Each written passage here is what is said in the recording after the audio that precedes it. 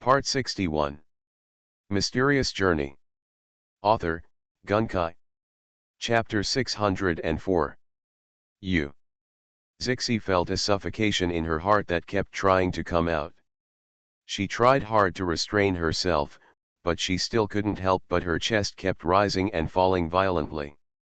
She looked around and saw that there was a classmate she had met before in the crowd, but unfortunately the other person just stood and watched without any intention of helping. He even took out his mobile phone to take pictures. You guys, she originally had an independent and cold personality. She only had one good friend in her circle of friends, and she didn't have much contact with the others at all, let alone how good the relationship was. She didn't have a circle of friends, let alone anyone who would help her. At this moment, she suddenly felt a chill all over her body. There were so many people around her, but no one could help her. It was as if she and her parents were the only ones in the world, surrounded by their enemies, who surrounded, ridiculed, and rejected her. But there is nothing friendly at all. She had encountered racial discrimination before, but when this happened in front of her parents, watching her father and mother standing awkwardly in the crowd and being watched, Zixi felt as if there was a sharp knife in her heart digging into her. Mead. Take out the stolen things quickly. Otherwise we will call the police. The clerk grabbed her hand and held on. Several campus policemen across the street also saw that something was going on here, but to Zixi's despair, they just took a few glances at the situation here, then stopped talking and just sat and ate without any plans. To bloke. Several people took out their mobile phones and started filming, as if watching the fun. They even included the few white people whose shopping bags were checked. In a blink of an eye, they seemed to be as lively as the others. Snapped. Suddenly, a student who was filming was hit hard from behind, and the phone in his hand fell to the ground. A black boot stepped on it, crushing it casually. Click. The phone turned into a pile of debris. After a few crashes, some people in the crowd were violently knocked away and fell to the ground. Two tall and slender figures came out from behind. There was a man and a woman, both blonde-haired students. The boy moved his hands left and right, knocking the crowd away unreasonably. My cell phone. Bastard, the student yelled. Huh, Garen glanced over and glanced at him before his voice stopped abruptly. The student felt like a cock being pinched by his throat, and his face turned pale all of a sudden. Call. What did you say? Just now, Garen picked up the student's collar and lifted him up in the air. With his height of more than 1.8 meters, he grabbed the student with one hand, just like an adult grabbing a child. That student happened to be the white classmate Zixi knew. He swallowed saliva wildly and danced around trying to get his feet on the ground, but to no avail. A bunch of trash. Garen casually threw the man away and glanced at the people around him. What are you looking at? Get out of here. A bunch of weak chickens. He glanced at the people around him with disdain, and his whole body seemed to exude a terrifying aura like a lion. You, a strong white man rushed out and punched him in the back. Bang. An arm grabbed his face straight and allowed him to smash his fists on the arm, but the arm did not move at all like a steel pillar. Trash should look like trash. Garen grabbed the opponent's head with his backhand and threw it forward. The strong man suddenly slid some distance on the ground, hit his head on the threshold of the supermarket, and fainted. A little bit of bright red slowly overflowed from under him. Someone was frightened and wanted to run away. Mobile phone. Garen glanced at everyone. I'll do it.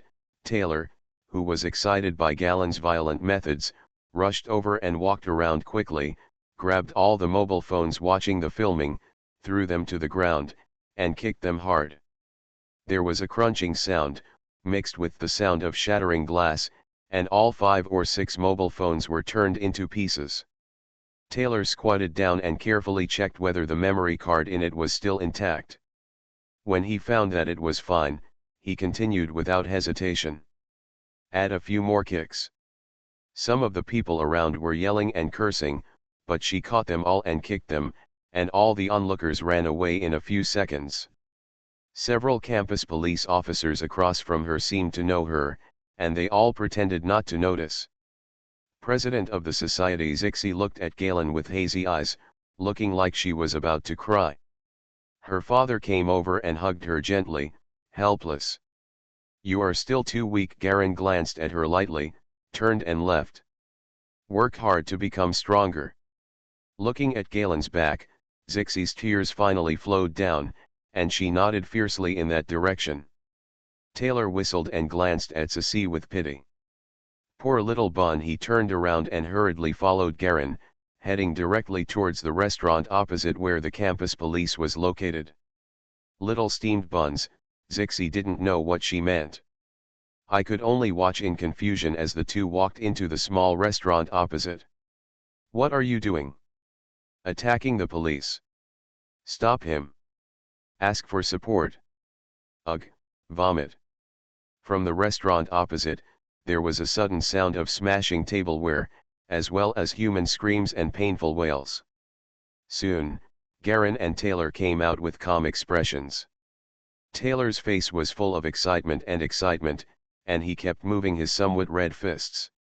Under the dull gazes of the passing students and Zixi family, Shiren disappeared on the lawn slope not far away. For some reason, Zixi suddenly felt a rush of blood rushing to her head. She suddenly looked at Garen's back with admiration. That tall shadow was so domineering and powerful, as if it was carrying the sun. The golden halo makes people unable to open their eyes.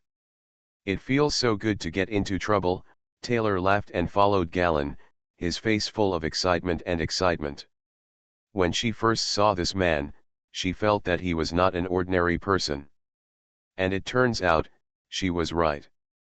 Just 2 minutes ago, she followed this man and not only beat the onlookers, but also the school police patrolling the school. It was as simple as beating a kindergarten child. That kind of unscrupulous domination that ignored any rules made Taylor feel as if he was about to climax. "Are you worried about the aftermath?" Taylor smiled and said to Garen in front. "The aftermath? What kind of aftermath?" Galen asked. "We not only beat up unrelated passersby, we also beat up the campus police. You must know that the campus police are police officers sent from the police station in the town. They are not just security guards." "Aren't you worried?" Taylor's face was filled with excitement. Flushing. "I'll leave it to you. Any questions?" Taylor shrugged helplessly. Garen stopped paying attention to her. The attack on the police could be a big or small matter, but his method was naturally beyond the imagination of ordinary people. Not to mention the relationship between parents, the elite leaders of the fighting club all have powerful families, so this little thing is not a problem at all. When everyone wants something from him, these people will definitely spare no effort to help him settle it. Even if it's more troublesome, he goes directly to the police station. There are many secret weapons that can have a hypnotic effect. Although it is only a short-term control, when this incident is over, who will remember a few of them who were beaten by students? Little police officer? Perhaps they should be called homeless by then, and those little police officers might have been arrested long ago. For him, this matter didn't matter at all. What made him slightly gratified was that through this incident, Zixi might have a new desire for power. Even if it didn't develop in this direction, it would at least ignite the mentality of self-improvement. Her qualifications and temperament are very good, but she lacks the desire to move forward and become stronger, and lacks sufficient motivation. Maybe this will help her too. On the other hand, he was once a yellow man, and he was a little unhappy with this kind of racial discrimination. This was one of the key reasons why he went directly to take action. For him now, he can do whatever he wants, and no one can restrain him or stop him. But this world is just like a haven for him to rest, and he doesn't really want to be like the previous worlds, where he only kills and kills all day long. Some rules generally need to be followed a little, otherwise it will cause irreversible changes in your peaceful life.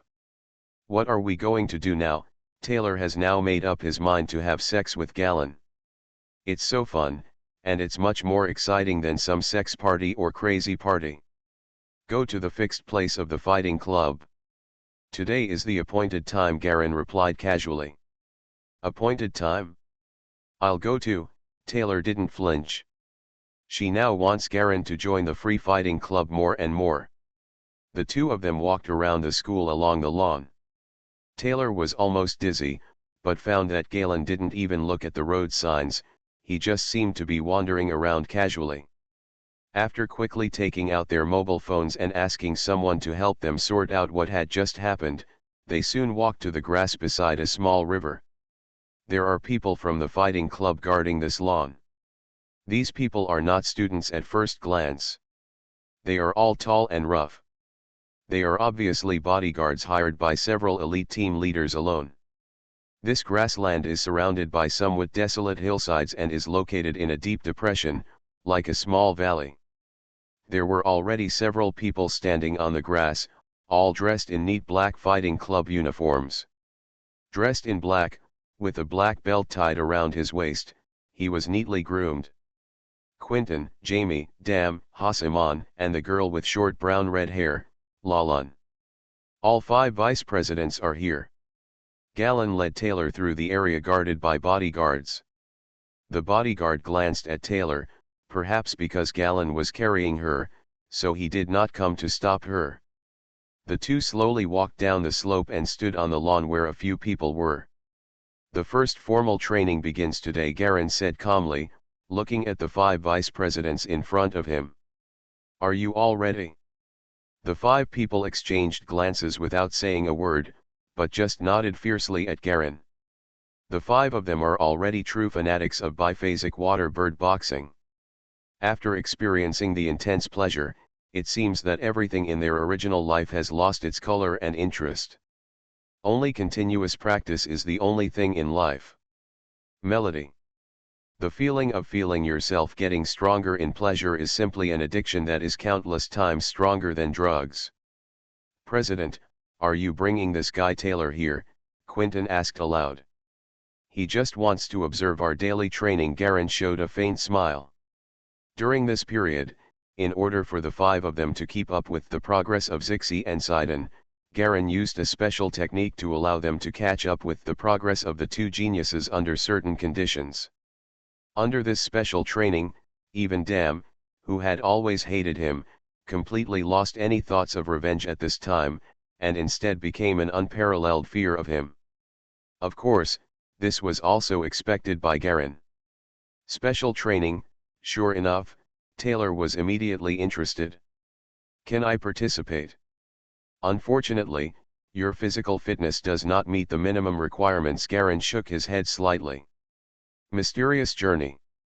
Author, Gunkai. Chapter 605. Chapter 605 Starting 3, Thank you for your continued support, it's almost 2 million words. Minimum physical fitness, Taylor asked doubtfully, this training is very intense? No need to keep it secret from me, a competitor. No need. Garen didn't mean to drive her away, he just smiled.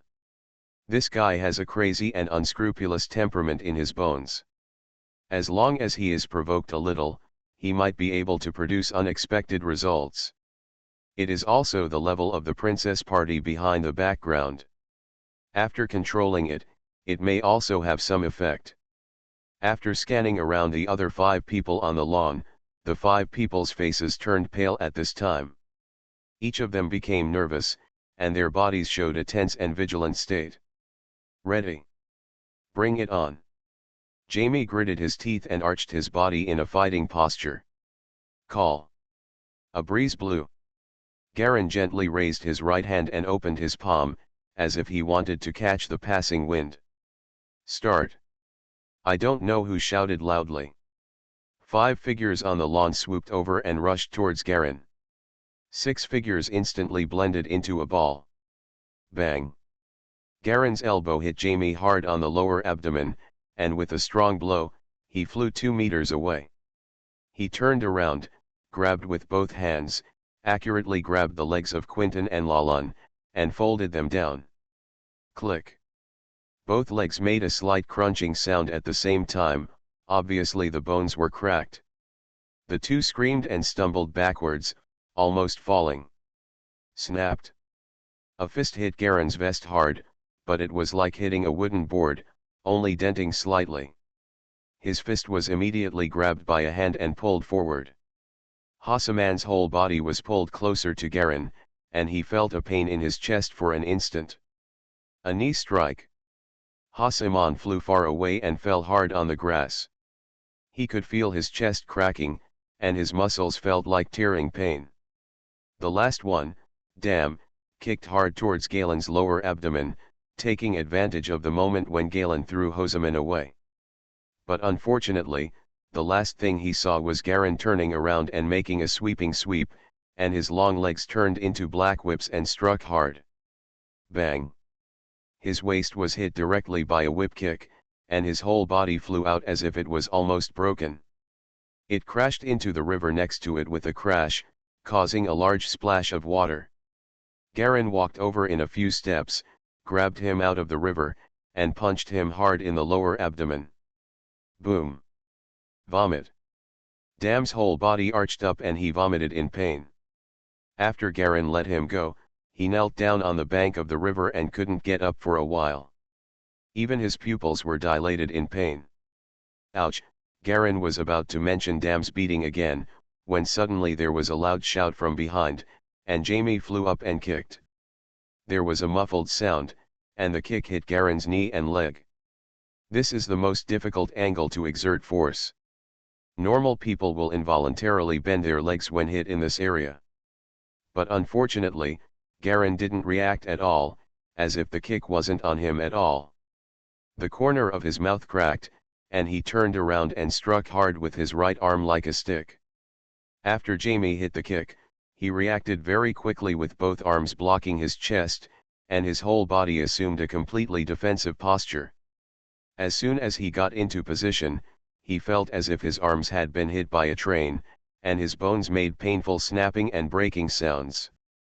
He flew out like a cloud, and everything around him was moving rapidly and blurred. Wow! Ah! He was the second to be beaten into the creek.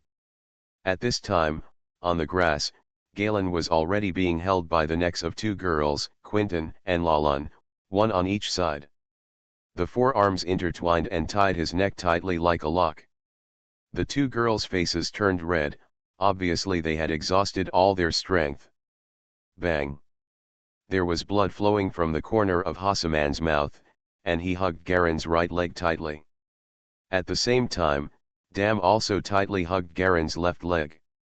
Ah! Jamie crawled out of the creek, stood up and rushed towards Garen crazily. He raised his foot and kicked him hard in the abdomen. There is progress, Garen grinned, his white teeth making people feel chilled in the sun. The moment Jamie was about to kick him, the outline of Garen's muscles suddenly turned black, and the ferocity suddenly swelled like an explosion. Boom! 4 people were blown away by a huge explosive force at the same time. Galen punched Jamie in the face and kicked his leg. Bang bang bang bang. After 4 consecutive explosions, Jamie screamed in pain, hugged his legs and fell to the ground on one knee, with tears and snot running down his face. At that moment, Garen punched the soles of his feet 4 times in a row. All 4 punches were in the same position, the same point. Everything is calm. Garen moved his neck and made a clicking sound. With him as the center, the 4 vice presidents were lying on the ground in various directions, with only one Jamie half kneeling on the ground, crying bitterly. It's an improvement compared to last time, but the joint attack strategy still needs to take into account the strength gap between the two sides. There was no one around to answer him. The 5 vice presidents either suffered broken bones or were in too much pain to get up. Gusts of cold wind blew by, and Garen dusted himself off. Give you half an hour to recover. He began to walk towards the location of the 5 people one by one, his fingers turned into shadows in an instant, and his head moved slightly on their bodies, and then he walked towards the location of the next person. From time to time, I would impatiently kick him a few times, causing the injured person to groan in pain. Taylor on the side felt numb all over, and the excitement that he had felt was suddenly frightened and he didn't know where to go. Is this training? She felt that this was no longer a beating, but a murder. Naked murder. Look at Quentin, one of his legs is broken, and his right arm is twisted unnaturally. This kind of injury is considered a serious injury, right? And Jamie, his chest is slightly sunken, are you sure you can still move? The most powerful one was Damn. This rumored playboy's head was hanging limply on his neck, as if all the neck bones had been removed. His eyes were dull and he was foaming at the mouth. Taylor had already taken out his cell phone and was preparing to call the police. Then, a scene that stunned her appeared. Anyone whose injuries were pointed out by the Garan will seem to be able to stand up in just 10 seconds. Although each one of them groaned in pain, they were much better than before. Are you kidding me? Are you going to call the police at this situation? Hassiman walked past her and when he saw the number she had dialed, he suddenly sounded contemptuous. Taylor dropped his phone to the ground and pointed at Hassiman. His face looked like he'd seen a ghost, and he couldn't say a word for a long time. She clearly saw Hassiman fainting from shock. Like Jamie, it was obvious that at least 2 of Hassiman's sternums were broken. And now? It's just a small injury, don't make a fuss, Quentin also answered and shook his head. The other people looked as if they were used to it. Although they groaned in pain, they didn't feel angry at all. Am I really being funny? Seeing this scene, Taylor was shocked. She unconsciously began to wonder if there was something wrong with her worldview. The injury just now was obviously a serious injury, right? Obviously, right? Then she saw Dam, who was half dead just now, looking at her with the same contempt. Okay, that's it for today's daily training. Garan finally stood up from Lalun. Daily training. At this moment, Taylor's worldview finally collapsed. The 5 people stood in a row in front of Garan as if nothing was wrong. At this moment, they didn't have any arrogance outside. And it's as if they are really ordinary students being taught. Just when Taylor collapsed, Garan was slightly satisfied with checking the progress of the 5 people in front of him. Compared to Zixi and Sidon, who made the same progress, all 5 of them entered the second level one after another. In the second level of the biphase water bird fist, in addition to the gradual manifestation of the power of cutting with both arms, there is another benefit, that is, one's own agility and reaction ability begin to improve. This improvement is not after activating the secret technique, but is reflected in the daily body changes. However, the biphasic waterbird fist has a fatal weakness. That means the resistance is not strong enough. The reason why Garan conducted such daily training for the 5 people was to enhance their resistance to serious injuries. This stimulates the body to continuously grow stronger muscles and bones, and at the same time accelerates the body's self-healing recovery rate. Of course, the price is that they need to consume vitality, that is, vitality. With their little vitality and such intensity of training, it is estimated that it will not take many times to overdraw their life and show signs of premature aging. However, Garan took advantage of his killing hand to absorb some vitality from the animals to compensate for the consumption, which allowed the 5 of them to fully withstand such intensity of training. At first, the 5 of them were quite frightened, but later they discovered that under Garen's special treatment, their injuries recovered very quickly. Moreover, Galen was also very measured in his actions. Some places that looked like fractures were actually just joint dislocations. He only needed to straighten them with a click to restore the friction injuries and he would be fine. This made the 5 people gradually become accustomed to it from the initial fear.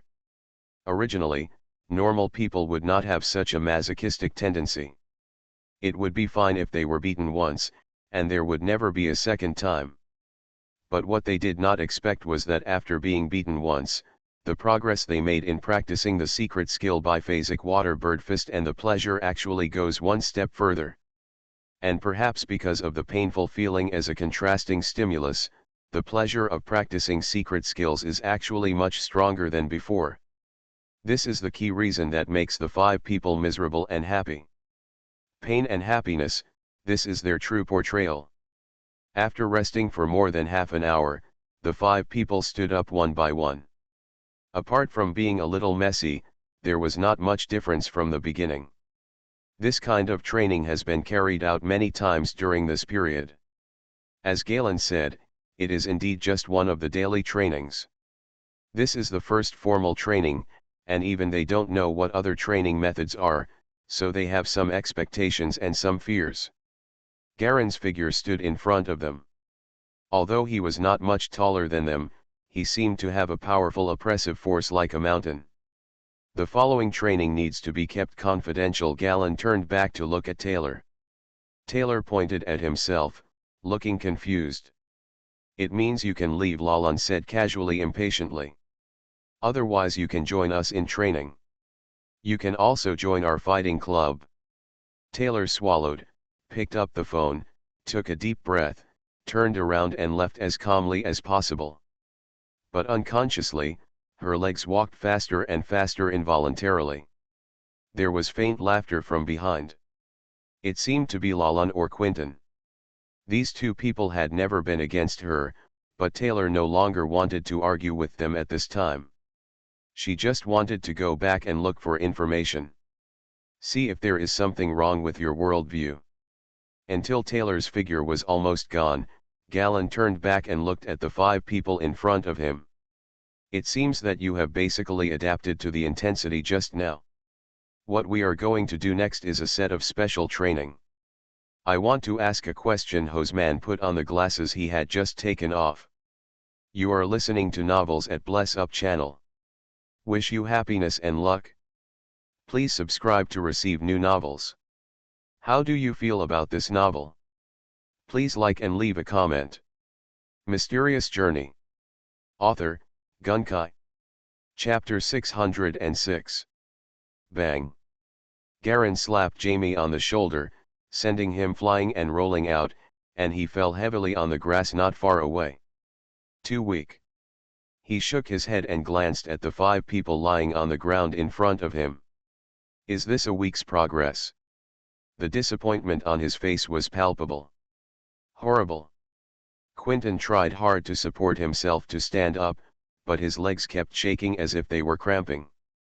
The figure standing in the center of the field is like a demon, invincible. They didn't know how many times they killed him, but each time the result was the same. Pain and convulsive tremors became synonymous with Galen's image. Even Dam, who was the most numb, lowered his head and did not dare to look into Garen's eyes. Do you think this is training? Garen's voice came. Of course, this is indeed training, but I hope you will attack me with the intention of killing me. It's just normal training. Is it necessary to do this? Hasaman asked while lying on his back. His clothes were soaked with sweat all over his body, and his muscles were slightly bulging. He was no longer the frail image he had some time ago. Only the glasses he wore still retained a trace of elegance. There is no way. Garen spread his hands, because you are too weak, so weak that I don't even have the desire to take action. There was a sense of natural complaint in his tone. For some reason, the other people felt the urge to hit someone. This will strengthen you a little bit, I think. Garen buttoned the top buttons of his black shirt. Forget it, that's it for today. Don't bother me if you have nothing to do. Now that you said so, Dam suddenly said, and his voice made Garen stop. What about this? He suddenly had a black pistol in his hand, pointing it straight at Garen, and his voice suddenly became louder. Suddenly, there were a few exclamations from the 4 people around him. Dumb, what are you doing? Put down the gun, Quinton yelled. Hasaman pushed up his glasses and said nothing. To be honest, the 5 of them actually regard Garen as their teacher and master, and the 5 of them also regard each other as brothers. He also had some understanding of damn psychology, which was not a surprise. The rest, Jamie and Lalan, are another close-knit group. The 5 of them are divided into 3 circles. Jamie and Lalan, Hoseman, and Dam, and Quinton is actually alone. The 3 circles are actually connected by Quinton. No one knows more about Dam than anyone else. Haseman looked at Galen with a hint of expectation and scrutiny. What would you do? How are you going to deal with firearms? Firearms and cannons are the themes of this era that you admire. Dam's face, which was a bit pale due to training, showed a slight smile. You can't blame me for this. It was you who told us to do it with the intention of killing you. In this case, this method is also acceptable, right? Garen suddenly let out a chuckle. He turned around, raised his chin slightly, and looked at Dam with a contemptuous look he had never seen before. It's a bit interesting. He pointed to his forehead. Here, shoot over here. Don't worry, shoot. That kind of gaze, as if he was looking at the struggling insect under his feet, immediately angered Dam completely, and the evil smile on his face suddenly turned gloomy. You think I don't dare? Do you dare? The corners of Garen's lips raised slightly. Do you dare? He said every word. Boom. There was a gunshot. Almost at the same time, Garen's figure appeared in front of Dam and kicked him hard in the waist and abdomen. Vomit. Dam rolled his eyes in pain, blood and vomit spurted out of his mouth. The pistol fell from his hand and fell to the side. His whole body was like a curled-up shrimp. He was kicked flying and hit hard. On the wall not far away. Garen walked over and grabbed his hair, lifting it up. How do you feel? He asked with a smile. Very good. Dam weakly squeezed out a few words, trying to put on a smile with his mouth full of blood. Don't move, a voice sounded from behind Garen. It's Hoseman. He was holding a sharp knife in his hand, which was pressed firmly against Garen's lower back. I acted with the intention of killing you. This is what you said. Haseman held a sharp knife in his hand, but sweat was pouring from his forehead. He didn't feel anything from a distance just now, but now that he was in close contact, he could clearly feel the terrifying pressure emanating from Garen's body. The shadow of being beaten these days and the fear in his heart constantly stimulated his nerves, urging him to stay away quickly. Stay away from this invincible man. I won't give in so easily, Haseman's heart kept roaring to himself. Haseman, Garen threw Dam away with one hand and turned around, not caring at all about the sharp knife at his waist. You've made great progress by being able to silently attack me from behind. Although he has suppressed his physical fitness and abilities to the same level as these people, it is impossible to change his own realm of king of the century. This state of mind makes the use and understanding of various secret martial arts far beyond that of ordinary people.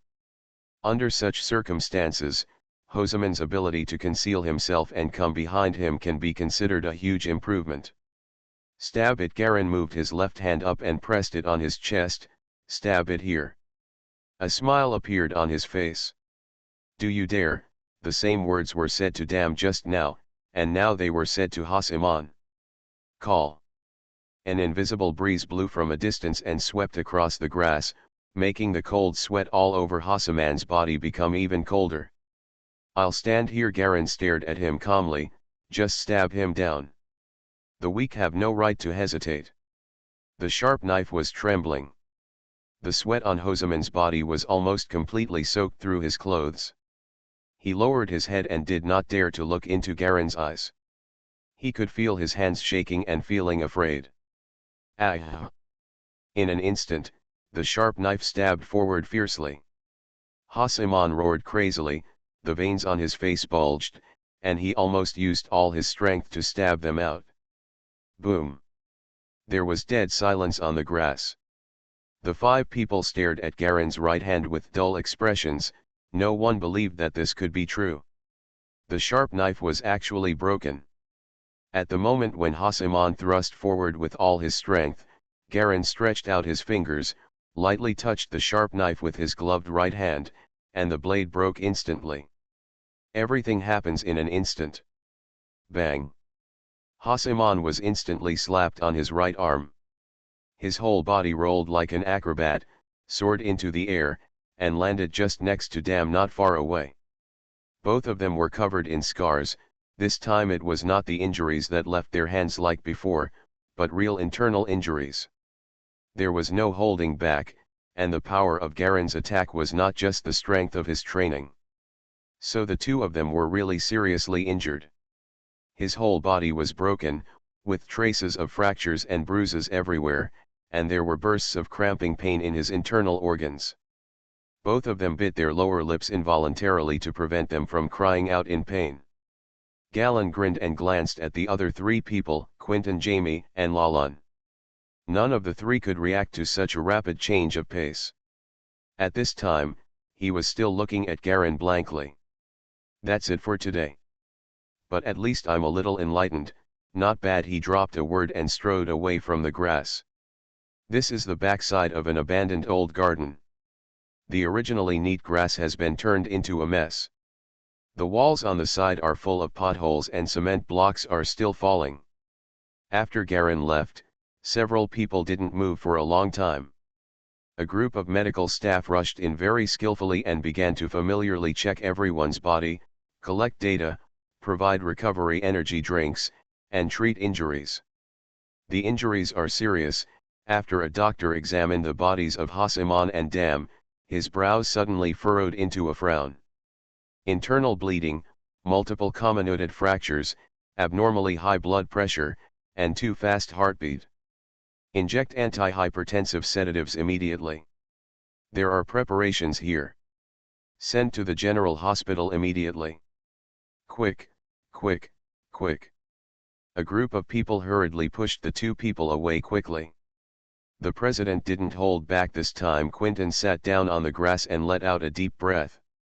Do you feel like Haseman and Dam are going crazy?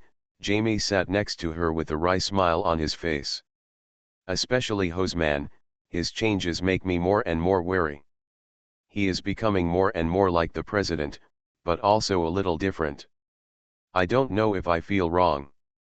Both he and Dam are getting stronger and stronger. You feel right, Lalan said in a deep voice standing at the side. I don't know what the president's intention is to train us like this, but I know that Dam and Haseman may be close to what the president expected. Jamie and Quentin glanced at Lalan.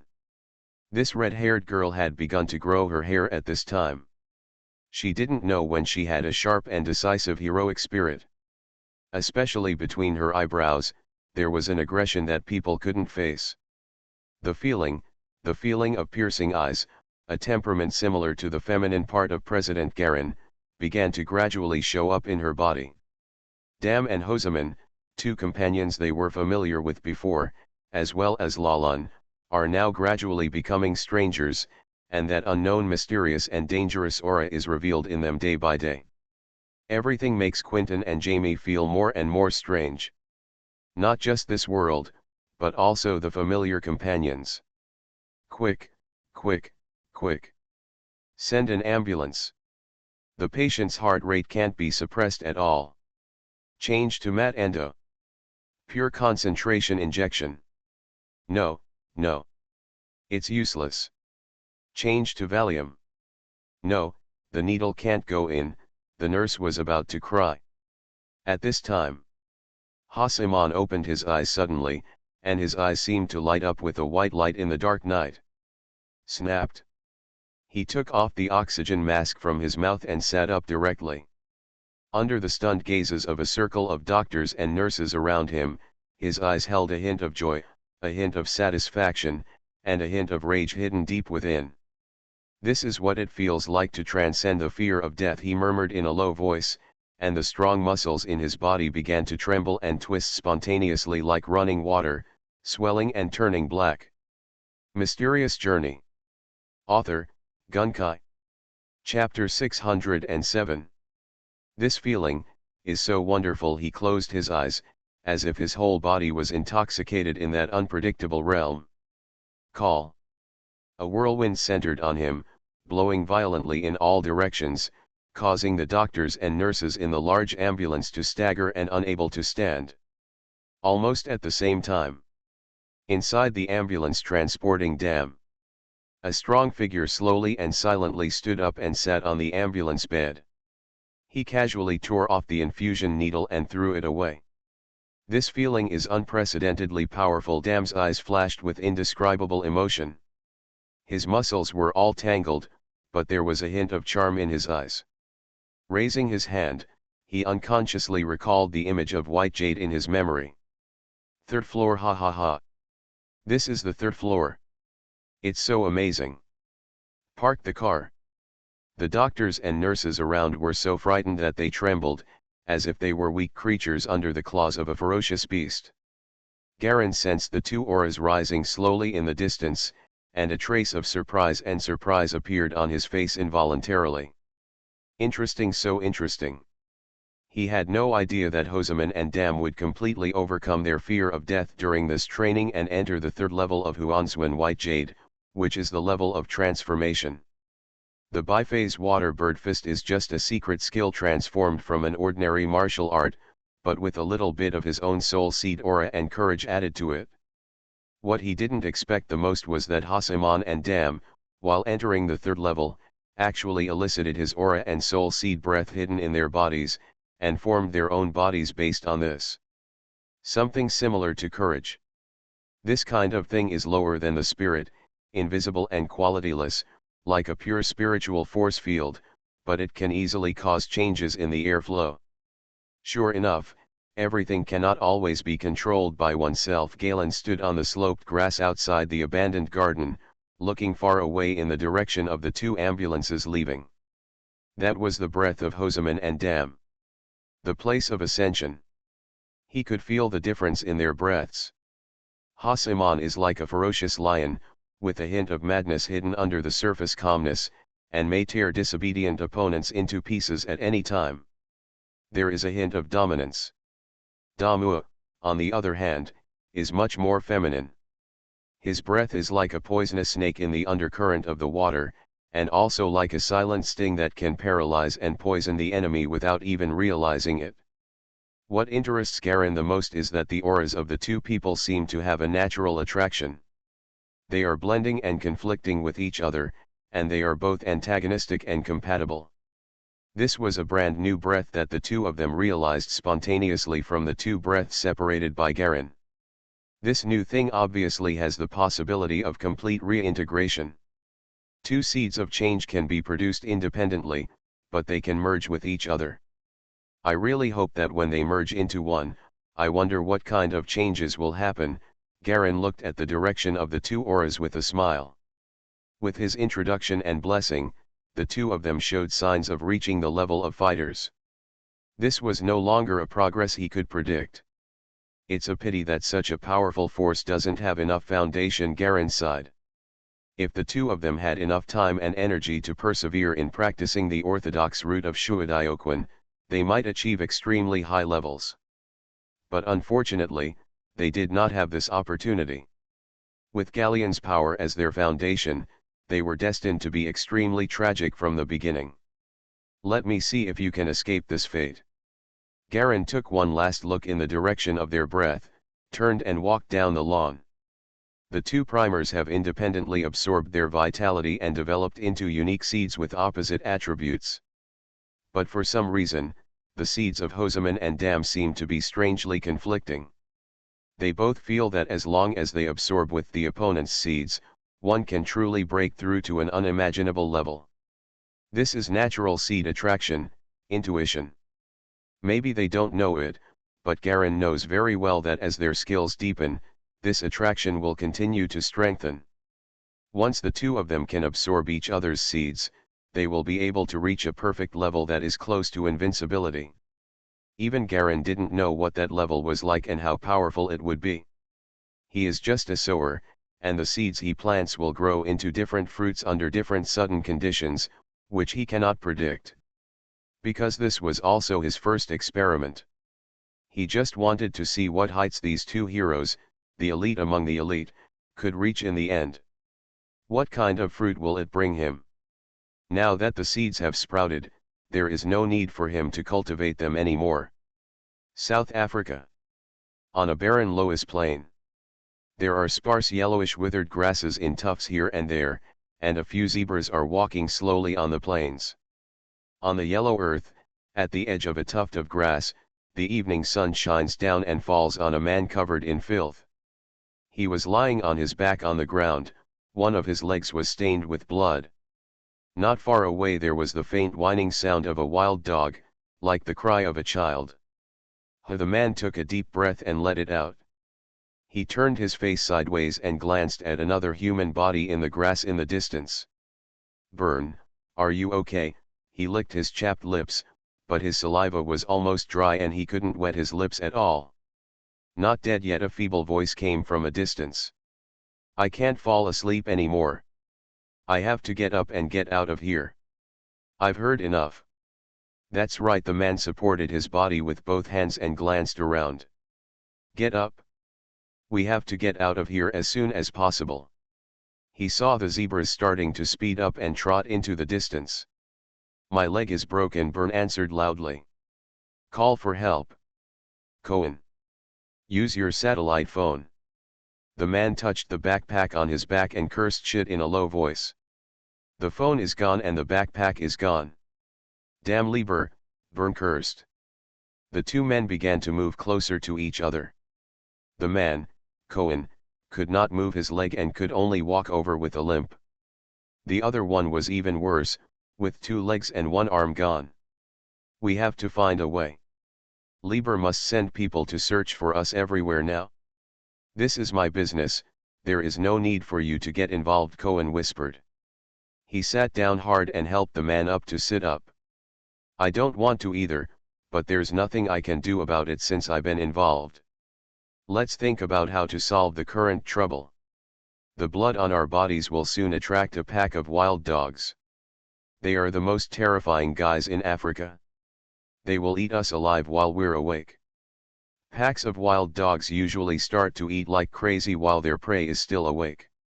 Their prey often struggles for a long time, watching helplessly as their bodies are bitten and eaten, leaving no bones left. I have already released the news about the lucky stone clock. The man in black must be in a hurry now. Lieber cannot swallow the whole lucky stone clock by himself." Cohen laughed twice. "He won't let you go. You almost buried him alive in the ruins. There are also dozens of his assistants." Byrne curled his lips. The middle-aged man wearing a white cowboy hat was using one hand to apply medicine to your injured leg. "Before I came out, I had already heard the news about Typhon in Europe and Rust in Asia. I also went to the nearby intelligence bar where mercenaries often go." He. Are you talking about Nighthawk? It would be fun if they took action too." "Ha ha, cough cough." Byrne laughed twice and couldn't help but cough. "I really want to see what expression Lieber's little face will have." "Ha ha ha." Cohen laughed loudly. "Woohoo." The laughter stopped abruptly. "I think we should find a way to get through this first. Garen Thomas, your package." In the express store, a black courier handed a small, palm-sized box to Galen. Among the bustling students, Galen took the box and checked it.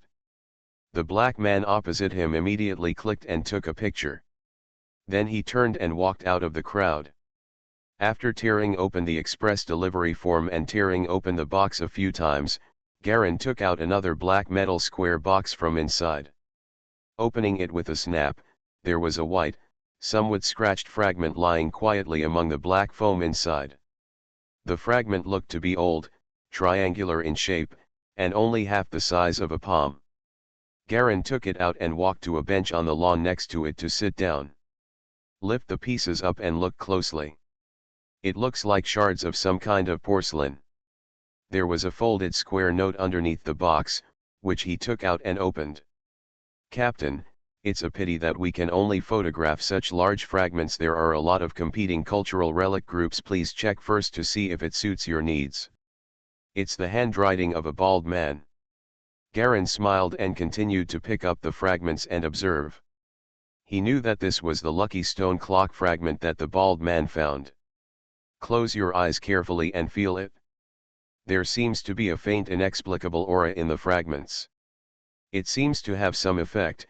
He completely let go of the suppression on himself and felt the full force of his release. Phew. The shape of the fragments was clearly reflected in his senses. Not through sight, but through other perceptions to reconstruct the fragmented image. Crack. Suddenly, a white thing like an electric spark flashed on the fragments. Garen's eyes lit up. Sure enough, there is. But it is probably that the fragments are too small and are not contaminated with much potential aura at all. According to this level of speculation, although the real lucky stone clock is not large in quantity, it should indeed have potential value. He took out his cell phone and quickly replied to the bald man with a text message. The reply came soon. Copy that. Please wait for the good news. The bald head obviously understood what he meant. Mysterious Journey. Author, Gunkai. Chapter 608. Putting away his mobile phone, Garen held the fragment and put it into his pocket. Not far away, there was a red building that seemed to be a research building, with almost no one around. He strolled across the lawn and walked over. The building looked like 3 rectangular building blocks connected together. Garen walked in from the left side and saw a corridor with a strong classical atmosphere. There is an arched stone window on the side, and the sunlight shines through the leaves into the corridor. Several students sit directly on the windowsill to read or recite things. Garen walked slowly along the corridor, the sun passing over his body, making him feel cold and hot at times. I don't know how long this life can last. He walked to and sat down on an arched window. The window was more than 2 meters high and looked gray from the inside. The light illuminated the windowsill bright yellow. He checked the time. It was now past 10 o'clock in the morning. Life is calm again. The bald man, the fighting club, the vampires and the witches were all left behind by him. Garen just straightened one leg and bent the other, just sitting on the windowsill, basking in the sun. The warm sunshine shone on him, making him feel so comfortable that he wanted to sleep. How long has it been since I had such a comfortable sleep? A girl behind her was speaking, with a strong Dorian accent. Then why don't you sleep a little longer? Another girl said with a smile. There is no way, there is not enough time. If I have time, I can sleep from one night to the next night. The two left the corridor laughing. Garen didn't turn around to look, he just sat on the windowsill and listened. How long has it been since I had a full night's sleep? He asked himself. He has been practicing the killing hand since he was a child. This magic skill, one of the 42 Demon Kings, has brought him mysterious power, but it has also prevented him from having a good and thorough sleep for so many years. Even in the totem world before, he often rested and slept, but now he couldn't. After sitting on the windowsill for 2 hours, Garen finally came back to his senses until the sound of people coming out of the building woke him up. There was a beeping text message, and he took out his phone and looked at it. It's messy. Do you want to go to lunch? We plan to socialize with the beauties in the dormitory and drive out for an outing. How about it? Do you want to go? You guys go ahead, I want to go back to the dormitory and take a rest. Garen thought for a moment and replied directly. It has been some time since he entered the 3rd level of the killing hand, but now it seems that there is no movement in the 3rd level, and there is no sign of promotion. Rest. Well, I'm a little sleepy. Okay, let's go out first. Have fun. Garen put down his cell phone and looked into the distance. The teapot-shaped red building across a lawn was being passed by a sparse flow of students, most of whom were going to the cafeteria or walking outside the school. Life was peaceful, there was no extraordinary power, just a completely ordinary environment, and he enjoyed this tranquility very much. After buying a sandwich and a box of juice in the cafeteria, and having a casual lunch, Galen took the car back to the dormitory. During the weekend, there was almost no one in the dormitory, empty except for a few people. Sitting on a stool next to the door was a boy wearing a white t-shirt and jeans, holding a guitar with one leg crossed and playing quietly. The voice was clear and moving, and his expression was very focused. Garen and a few others listened for a while and felt that they were completely at peace. Suddenly feeling like he had nothing to do, Garen lazily went upstairs and heard the sound of eggs being fried from the public kitchen, and there was a faint aroma.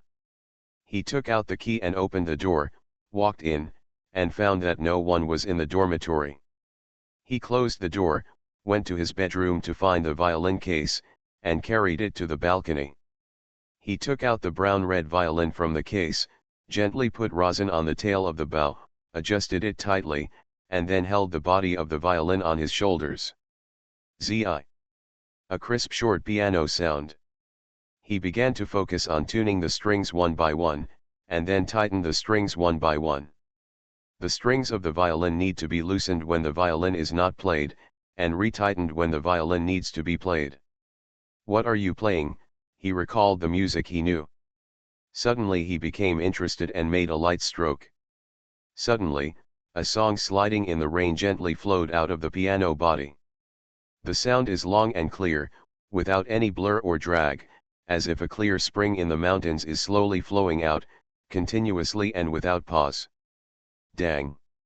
In an instant, a piano sound suddenly came from a dormitory not far away, as if catering to it, gently echoing the rhythm of the violin.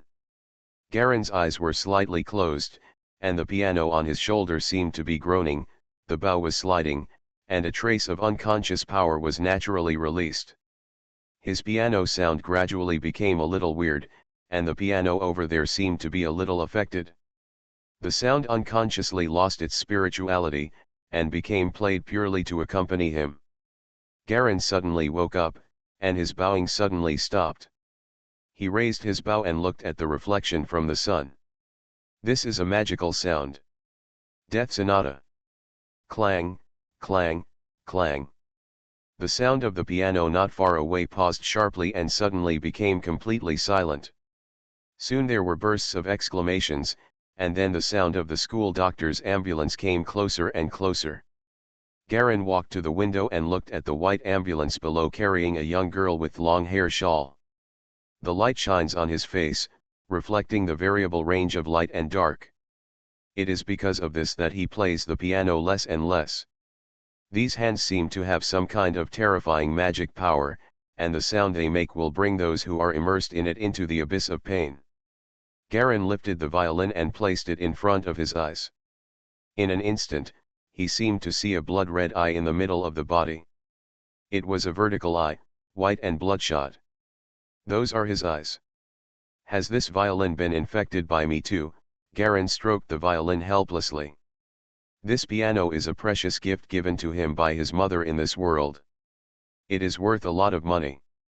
It is said that the master Varna once played it. But now, this piano seems to be tainted with the aura of his magic power. The 42 demon kings are really hard to grasp, he murmured and put the piano away again. Just lying on my back on the deck chair on the balcony, basking in the warm sunshine. Under the sunlight, he was so comfortable that he almost fell asleep. The wind was blowing on his face, which was very warm. Garen opened his eyes and found that he had been sleeping on the recliner for a long time without knowing it. He stood up, walked to the bathroom mirror on the balcony, lowered his head and turned on the faucet, took some water and wiped his face. The water is also very warm, not refreshing at all. He raised his head and looked in the mirror. Hey brother, you said you would take me out to play. A pleasant voice sounded from the living room of the dormitory. Where's Dad? Mom's not here either. You promised to take me out to play. It was a little girl's voice, which sounded familiar, but Garen couldn't remember who it was. He wanted to turn his head sideways, but found that this extremely simple movement was completely impossible to do at this time. His neck was as stiff as a cramp and he could not move. He could only look towards the living room with the corner of his eye. There seemed to be a black shadow over there, and the black shadow was getting closer and closer to him. "Brother, you promised to take me out to play. Dad is not here, and neither is Mom. Brother, you promised to take me out to play." The little girl's voice came from the black shadow. Garen felt that the black shadow was approaching him, slowly getting closer and closer. A sense of indescribable fear filled his heart. He could feel the black shadow approaching his side, but he couldn't turn his head and could only look at it with the corner of his eye. He felt that the black shadow was standing behind him, and the little girl's voice was behind him, very close, but the skin there was covered with goosebumps, as if something cold and cold was slowly creeping up. "Brother, you promised to take me out to play." Garen didn't know why he was afraid. He could feel that something seemed to be getting closer and closer to him. He didn't know what it was. "Galen! Galen!" It was as if a voice was calling his name. "Galen! Wake up, Galleon!" Yes, someone was calling his name. "Brother said he would take me out to play." The black shadow was surrounding and beating around him. He could feel that the thing was right next to him, very close. "Garen! Wake up!" Garen opened his eyes suddenly, and he saw a large white face with a red bean on his nose, brown eyebrows, and short brown hair. Messy. Only then did he realize that he had actually fallen asleep on the couch, lying on his back alone with his head tilted to one side. "Did I fall asleep?" Of course Messy was wearing a formal-looking black suit. "I came back from the evening party, and you actually fell asleep on the balcony." "Really?" Garen straightened up and wiped his face with both hands. "That dream just now. What's wrong with you? Do you have a nightmare? Do you want a girl to comfort you?" Messy winked at him.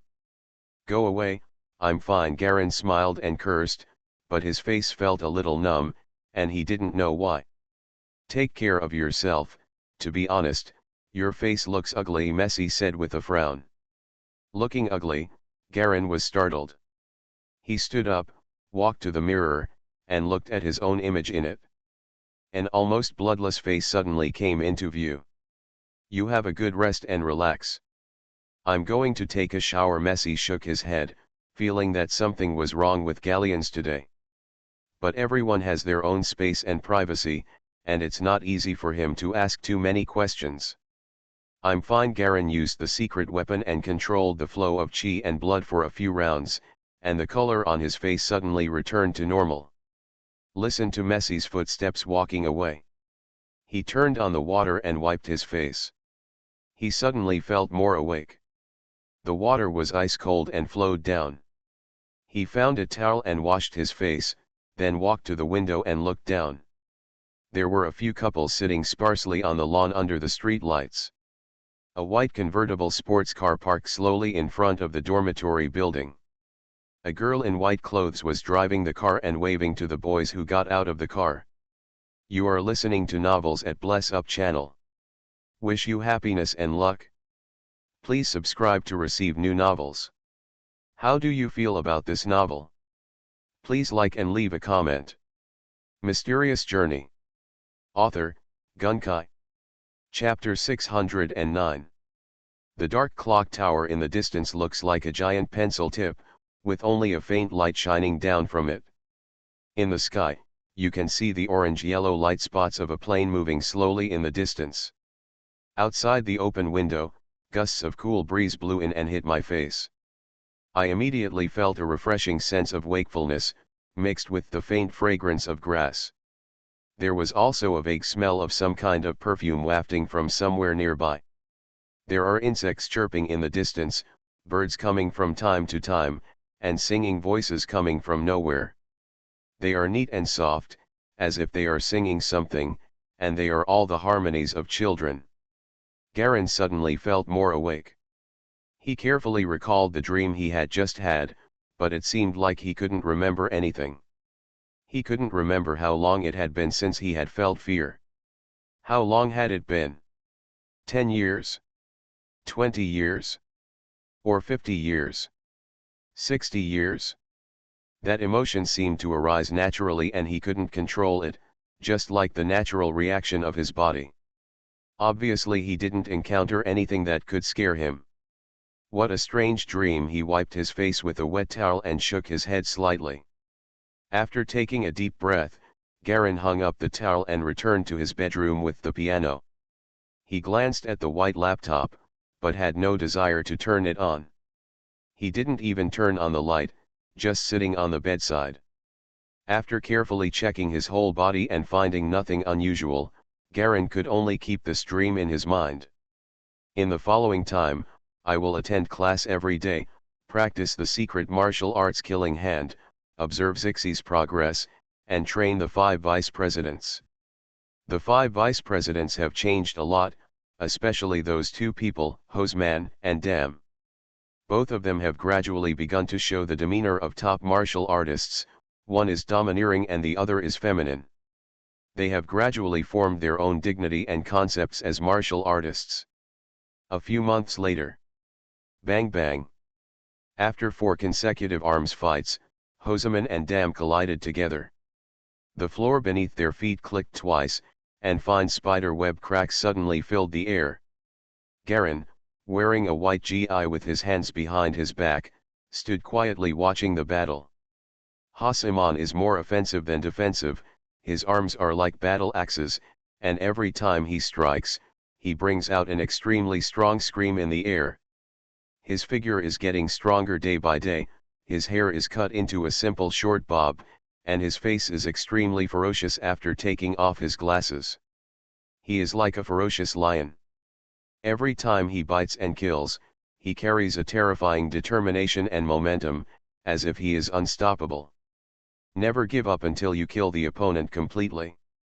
Damu, on the other hand, has more defense than attack, but every attack is extremely concealed and sinister, and his attacks are also extremely vicious, hitting Hoseman's vital points everywhere. They are not competing at all, but fighting. On the side, Quinton, Jamie, and Lalan were trembling with fear. They looked at Garen from time to time. The president didn't seem to care about such a sparring, but seemed extremely satisfied. They could only hope that Garen would be confident enough to separate the two in time. In the large and empty gymnasium, there were 5 bodyguards guarding all sides, and the entire gymnasium was purchased by them as a special training place for the 5 of them. In the middle of the field, the strong wind from the fight between Hoseman and Dam caused the clothes of the 3 people around them to flutter slightly. Bang! Hoseman swung his fist, rotated his entire upper body half a circle, and his right fist exploded out like a cannonball, hitting the elbow of Dam's right arm hard. Dam was sent flying, spinning, and rolling far away. Die! Hoseman roared wildly, flew forward, and landed with a fierce elbow strike. Click! A hole was suddenly punched out of the thick wooden floor. Dam dodged in time, leaving a slight trace of blood on the right side of his forehead, staring at Hoseman with cold eyes. He suddenly sneered and tapped his index fingers together gently on his chest. Turn the moon. In an instant, his whole person seemed to disappear. After a flash, he completely lost his trace. Up there, Quinton shouted. The other 2 people immediately looked up, just in time to see Dam swooping down, soundlessly and cruelly stabbing Hoseman's eyes with the index fingers of both hands. There seems to be a layer of spike-like white airflow surrounding the index finger, which looks extremely mysterious. The 3rd level turning skill. You are not the only one who has it, Hoseman sneered. He raised his right arm, and the muscles of his arm suddenly swelled fiercely, turning black and enlarged, with countless blue and black meridians wrapped around the surface. Dragon turn. Bang! A circle of white air exploded from the back of his right arm, like the recoil of a cannonball, and it crashed towards Dam, who jumped down from the air. Roar! There seemed to be a violent roar of a beast in the air. I didn't know what kind of beast it was, but it sounded like the fury of a lion. Enough! Suddenly there was a sharp shout, and Garen's figure appeared between the 2 of them in an instant. 2 white blasts of air exploded, and Garen grabbed their arms with both hands at the same time, completely isolating them. The muscles on Hoseman's face seemed to gather together between his eyebrows, forming a fierce Sichuan shape. His right arm was pinched by Garen with one hand. It was obviously an ordinary arm that was much thinner than him, but it only pinched a small part of his arm, completely neutralizing all his strength. Hoseman's skin was reddish, even a little black, and his body seemed to be filled with hot air, with wisps of white air evaporating from his body. This was caused by the rapid evaporation of sweat. On the other side, Dam's fingers were grasped by Garen's hand. He stood firmly on the floor. The original viciousness in his eyes quickly disappeared, and his face suddenly returned to its original soft smile. He was obviously a strong man with strong muscles. Chuji, at this moment, showed a mysterious and charming smile like a woman, which made people's skin goosebumps and hair stand on end. Since the teacher said so, let's stop here today. I happen to have some things to deal with, so you can do it yourself. He retracted his hand and gently rubbed his fingers with a slight narcissism. What a cruel man. He ignored the good friendship I had with you before. Haseman also retracted his hand, snorted coldly, and the muscles between the eyebrows on his face returned to normal. Behind them, two bodyguards each came up to wipe their sweat. I have something else to do, so I'll leave first. A bodyguard behind Hoseman put a black coat on him. Someone opened the door of the gymnasium, revealing the scene of heavy snow falling outside. Teacher, I'm going back first. Garen nodded. Since the last time he inspired the introduction, the strength of the two of them has improved rapidly, far surpassing the other three people training at the same time, and far surpassing Zixi and Sidon, who he had high hopes for at the beginning. Up to now, the two of them have formed their own fighting martial arts system. After participating in Galan training, they also spent their own money to hire top masters to train themselves. Hoseman even fought with polar bears and African lions with his bare hands. Dam appears and disappears every day. It is said that he often goes deep into the primitive tropical jungle alone. There is no news for more than 10 days. The longest trip even lasted for more than a month. When he came back, he dragged 2 giant crocodiles, which shocked the whole world. Family. The two of them have each established a black organization of their own. The entire underground world of Nottington has been divided up by the two of them. Their power has radiated to several surrounding states in a very short period of time. Ever since Garen discovered that they had activated the attractor to become seeds, he no longer forcibly controls them. Most of the time he just feeds them moves. Now he doesn't actually need to feed them. More often, because of the power of the seeds, Hoxie Man and Dam will fight each other more and more crazily. They all have a feeling that as long as they kill each other, they can achieve a supreme state of terror. That is naked power, nearly invincible power. As their skills in practicing biphase Waterbird Fist gradually deepened, and after reaching the highest realm of illusion, both of them truly felt the terror and power of this secret skill. Their energy is extremely strong, and their huge energy can support their extremely clear minds to operate at high speeds. They are originally heroes among people, and because of this, they continue to achieve success after success, and gain more and more attention from their families. Before he graduated, he was already gradually assuming power within the family. Walking out of the training hall, Haseman looked up at the heavy snow in the sky, with a hint of haze in his eyes. Damn. Hum. A dozen men in black followed him quietly. A group of people stepped on the snow and got into several black cars. The convoy slowly drove along the driveway into the distance. After a while, Dam was wearing a red slim-fitting windbreaker with a furry white and brown floral collar embedded around the neck of the windbreaker. He put his hands into the pockets of his windbreaker and walked out surrounded by several subordinates also dressed in black. Unlike Hoseman, his subordinate wore a red silk scarf on his right arm. All of them have strong bodies, and almost all of them are close to 2 meters tall. On the contrary, it brought out his petite and frail appearance among the crowd. Stretching out his hand, a subordinate immediately respectfully handed over a delicate lipstick. Dam picked up the lipstick and gently applied it on her lips, then took out the small makeup mirror to carefully check her makeup. Only when the arrangement was perfect did he put away the mirror with satisfaction. Why is Hasaman so angry? Is it still that cute little apple? Dam pointed his finger at his chin, thinking. There must be something wrong with his business, a bespectacled subordinate reported in a low voice. Oh? So where is the little apple he values? Where is his dearest cousin? Dam raised his eyebrows slightly. It seems that she likes a man from outside. He is from Northern Europe. Dam nodded, a bright smile suddenly appeared on his face. Do you think we should add some ingredients to him? Maybe it would be fun. The subordinates also believe that now is the best time to attack Hosaman. Hosaman likes his cousin, but this kind of love is too heavy and overbearing. He does not allow her to go out, not even to work. Just being able to wait for him at home when he is tired is intolerable to anyone. It is normal not to be able to bear it. The man wearing glasses said grimly, pushing up his glasses. Mysterious Journey. Author, Gunkai. Chapter 610. Well said. Dam chuckled, what a poor thing. Let's go and create some opportunities for her. It would be better if we could lure out Hosaman alone.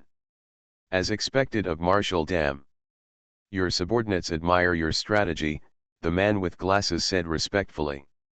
The original color came recently to represent me and I want to contact the family. It just so happens that I have nothing to do recently.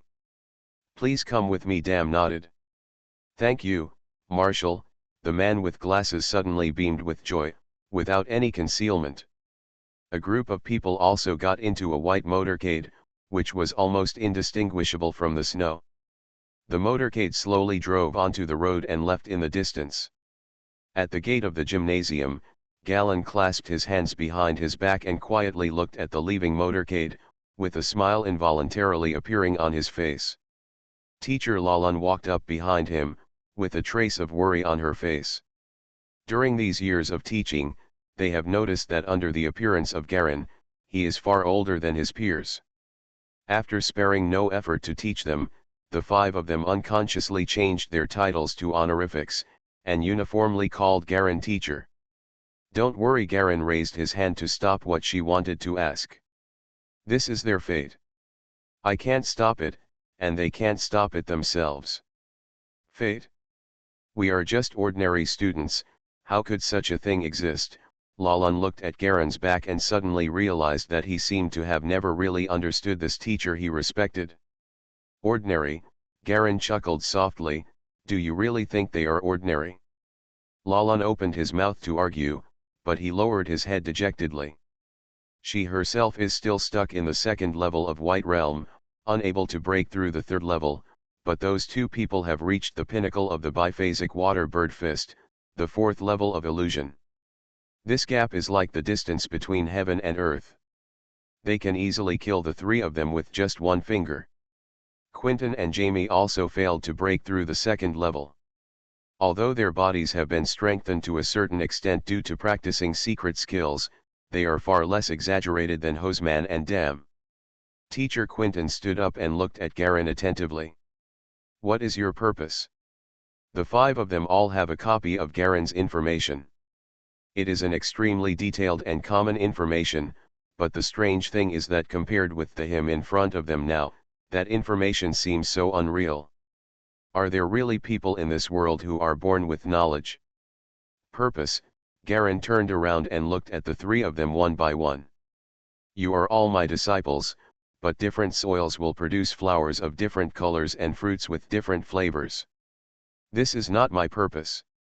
I am just an inheritor and an observer. Everything is fate. Fate. Garen didn't say any more. He just slowly walked out of the training hall and disappeared into the heavy snow in a short while. Quentin and the other 3 watched him leave from behind, but none of them said another word. They had a hunch that the conflict between Hasseman and Dam would become more and more intense. The power of the two has exceeded their imagination, unlike Garen's inscrutable, mysterious, and difficult to approach. Hasseman is the kind of naked violent, crushing. Anyone who disobeys will die. He even began to be less submissive to Garen. Dam is even more submissive and gentle on the surface, but whenever I see him, I feel a chill in my back. A long time. I asked Hasseman the day before yesterday, Jamie said in a low voice, leaning against the wall. I asked him, what happened between him and Dam. How did he answer? Lalan looked at Jamie, and Quentin on the other side also moved his gaze. He asked me to ask the teacher. Is it really all the teacher's fault? Lalan clenched her fists.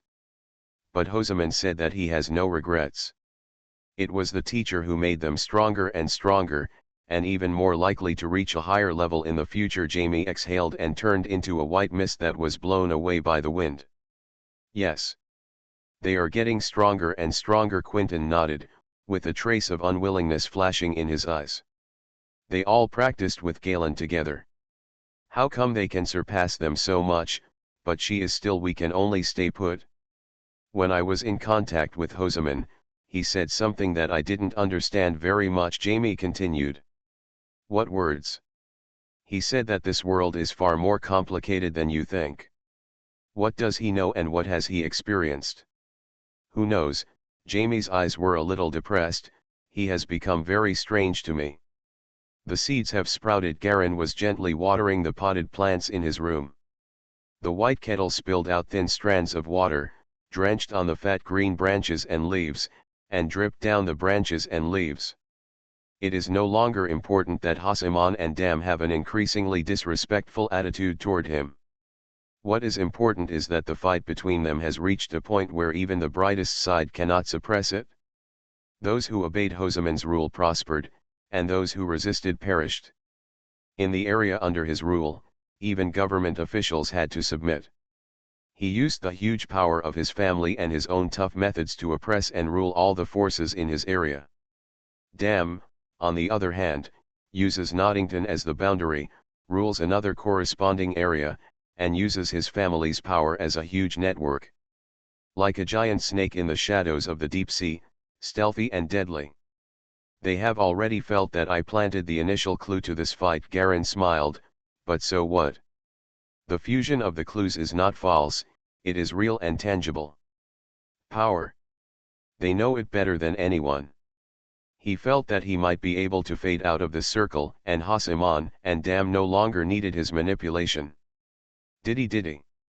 Crisp text message sound.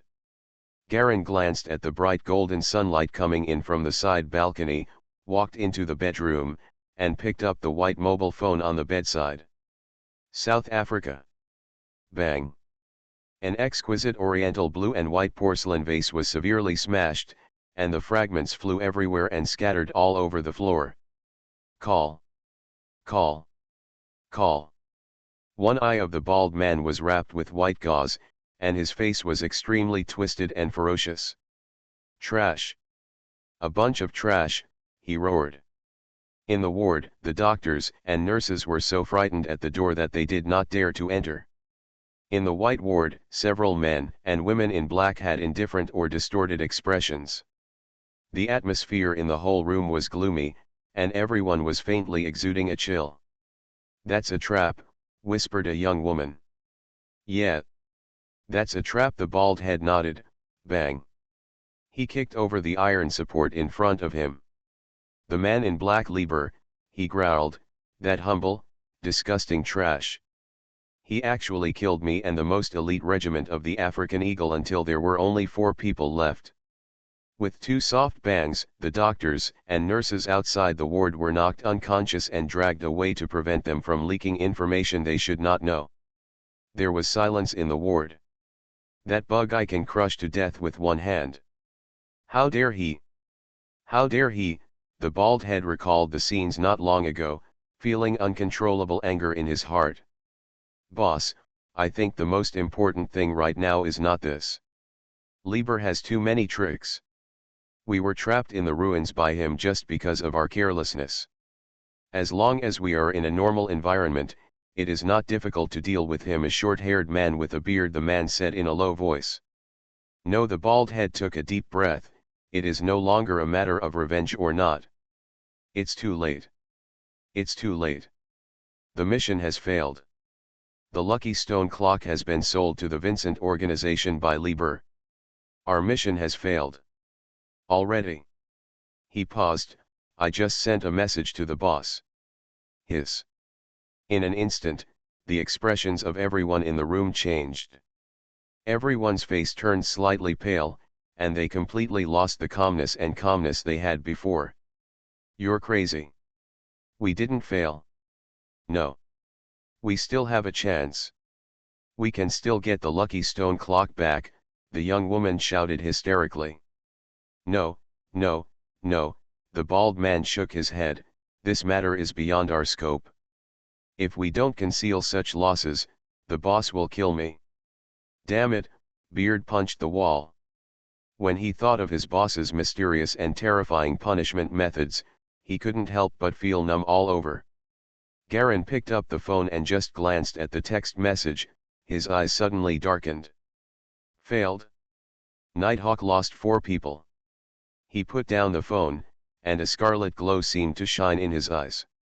Call Bald's number directly. The call was connected almost immediately. Boss is no longer called leader. The bald man only calls boss like this when he is very formal. I'll come here myself. Just saying this, Garen put down his phone and turned it off. Originally, he didn't attach much importance to the Lucky Stone Bell in terms of his current progress. After all, the amount of potential points was too small. He just had a dispensable attitude and it was better than nothing, so he let Nighthawk take action. Unexpectedly, Nighthawk actually missed. We even lost manpower. Elite, the manpower he trained personally. It's been a long time since I killed someone. He narrowed his eyes slightly. The information was transmitted from Baldhead's side and directly to Galen's mobile phone. He had a preliminary understanding of the information in South Africa. The key figures are 2 people. Lieber, the boss of the Men in Black organization, and Cohen, the archaeologist. Cohen, an explorer and archaeologist who was hunted down by a black organization that resold antiques because of the hidden address of a Lucky Stone clock, had a series of entanglements and grudges with the black organization. And the powerful opponent, the pursuer Lieber, was buried alive by the collapse earthquake caused by Cohen in the ruined cemetery, but he did not die because of his hatred of Cohen and his greed for the secret of a huge treasure hidden in the Lucky Stone clock. He began to hunt down Cohen. Cohen's sister and cousin all died in Lieber's hands. Lieber was also hit hard several times by Cohen's traps, and his hatred increased again and again. Lieber's goal gradually changed from getting the Lucky Stone clock to killing Cohen completely. In order to completely deal with Lieber, Cohen decided to muddy the waters and release the news and secrets of the Lucky Stone clock, which immediately attracted dragons from all walks of life and fights among heroes. It was at this time that the Nighthawk mercenary group stepped in. Baldhead relied on his incomparable strength and large number of manpower to issue a pursuit order for both Cohen and Lieber. The intention is to directly deal with the 2 of them together. As a result, many other teams that intervened were eliminated, but during a trap in the ruins, they were blocked by Lieber's plan, and he teamed up with all other participating forces to give Nighthawk a heavy blow. Mysterious Journey. Author, Gunkai. Chapter 611. Inside a purpose-built hotel room in South Africa. Stupid, Garen slapped his bald head and sent it flying. The bald body rolled and flew several meters away, knocking over several tables and chairs. He only dared to lie half on the ground and did not dare to get up. He didn't dare to wipe the blood flowing from his head. Thinking that you are strong enough to be an enemy of everyone, a simple thing has become so troublesome because of your arrogance, Garen looked cold. The bald man lowered his head and did not dare to say a word. The remaining Nighthawk members also lowered their heads and did not dare to move. The room was quiet except for the violent beating of their hearts. These members were covered in sweat, and their muscles were twitching unconsciously from time to time. Some of them had their lips bitten and bleeding, but they did not dare to make any move. They can't even handle this thing well, they're a bunch of losers, Garen was angry. Although he didn't teach these elites too much, but no matter what, they were also the elites of the mercenary world, and with the existence of the secret skill of projection, then they are the top elite among the elite. And now he is being made so miserable by a guy without extraordinary power. This was a slap in the face. But punishment is also punishment, and what needs to be done is still done. Make a list of the forces involved in the interception and give me a copy. He left the room without saying a word and left the room with his hands behind his back. It's no longer just a matter of lucky stone clocks. Garen moved his fists. He hadn't really done anything for a long time, and he didn't know if his skills were new or not. He returned to his hotel room and looked down from the floor-to-ceiling windows at the night view of the entire city of Nonodia. Countless red and yellow lights converge into rivers of light, outlining the shape of street traffic. Looking from a distance, a huge red circle of light is slowly flowing in the center, which is the flow of countless traffic. Standing in front of the floor-to-ceiling window, Galen gently took off his custom-made black leather gloves, revealing his frighteningly white and perfect hands underneath. White and delicate, as if carved from jade, there is no flaw on the palms and forearms, not even pores, just flawless. Under the light of the yellow wall lamp, it shows a strange and magical attraction. All the brown and yellow items in the hotel room, wall coverings, sofas, large beds, wall lamps, tables, and chairs, and even the chandeliers on the ceiling, all seem to be illuminated with a layer of misty white light at this moment. That's the weird sheen emanating from the hands. Killing Hand Garen carefully felt the physical and mental changes caused by the operation of the demonic power. He did not resist, but just integrated into it. He was trying to completely grasp the essence of controlling the magic power, and the prerequisite for completely grasping the control was to integrate first. He could feel that his spirit was changing little by little under the influence of the magic power. But he can also reverse and recover as long as he wants, but he is not opposed to this change. He has discovered that the secret martial arts of the 42 Demon Kings seems to be completely opposite to the secret martial arts of life. If we say that the secret martial arts of life is based on the practitioner and transforms itself into a new secret martial arts that matches the physique and mind of the practitioner, this is the secret martial arts adapting to the human body. Then the secret martial arts of magic is to let the human body adapt to the secret martial arts, and let it change little by little into the physique and mind that is most suitable for practicing magic skills.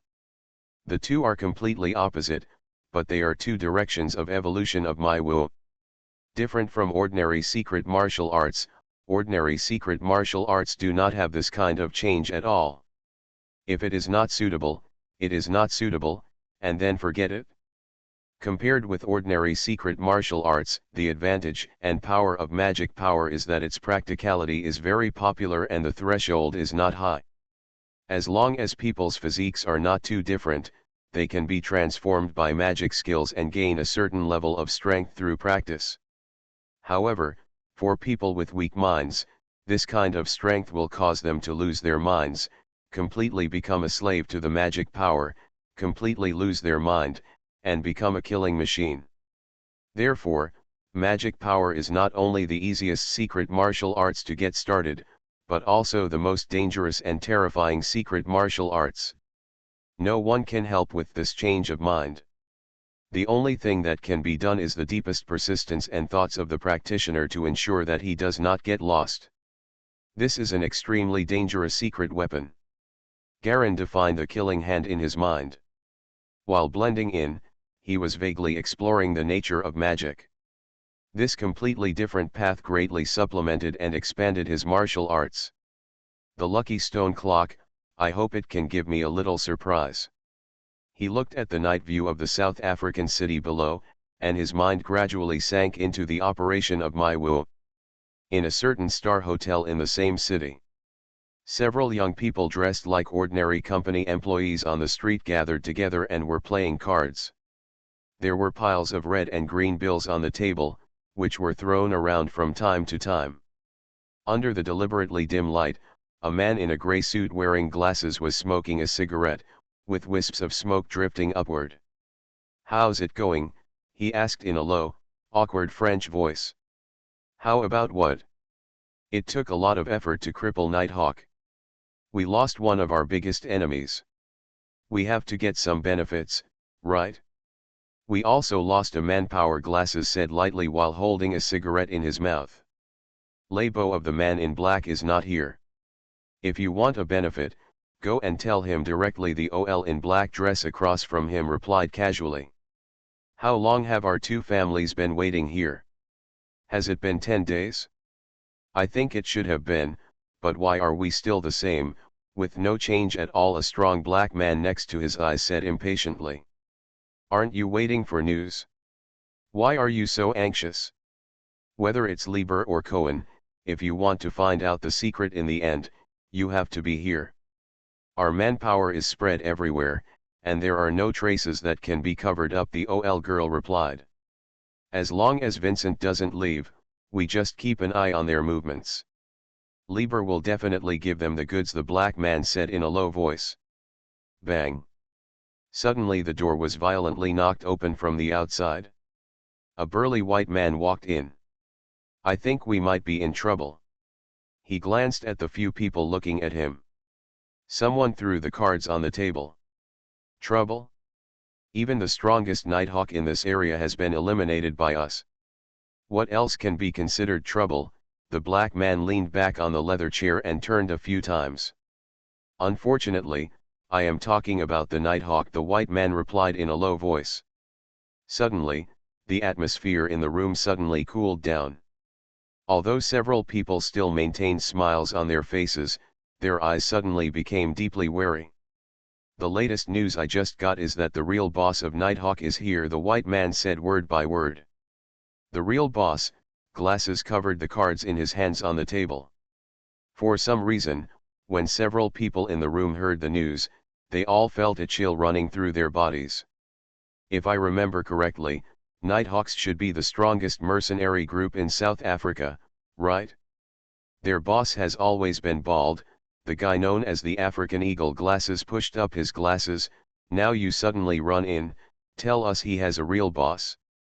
A boss behind the scenes? Well, you better tell us you're kidding, really." The joints of his hand holding the cards turned slightly white, but he didn't notice it at all. With Lieber's lure design and cooperation, several of their organizations finally paid a heavy price and finally disabled Nighthawk, and even blinded one of the bald eyes. Nighthawk has lost almost half of its manpower and its strength has been greatly reduced. It has fallen from the throne of the top mercenary group in Africa. Their former enemy mercenary group will never let go of such a golden opportunity and take advantage of it. Taking advantage of others' misfortune and adding insult to injury is a sure thing. It can be said that from the moment Nighthawk was disabled, they were in an extremely weak situation, and such a situation was fatal in the mercenary world. But now, someone suddenly rushed in and told them that Nighthawk also had a boss, and that was their real background.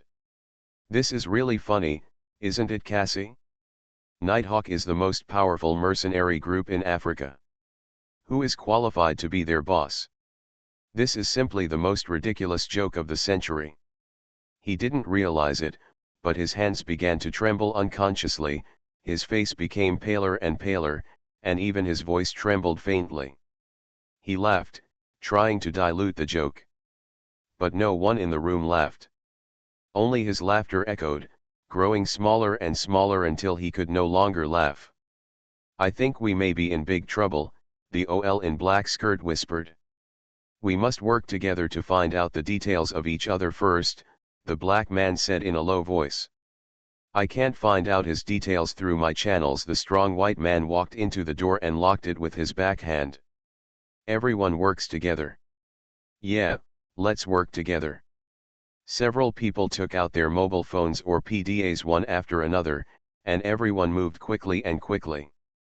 But the glasses pressed the wrong button several times.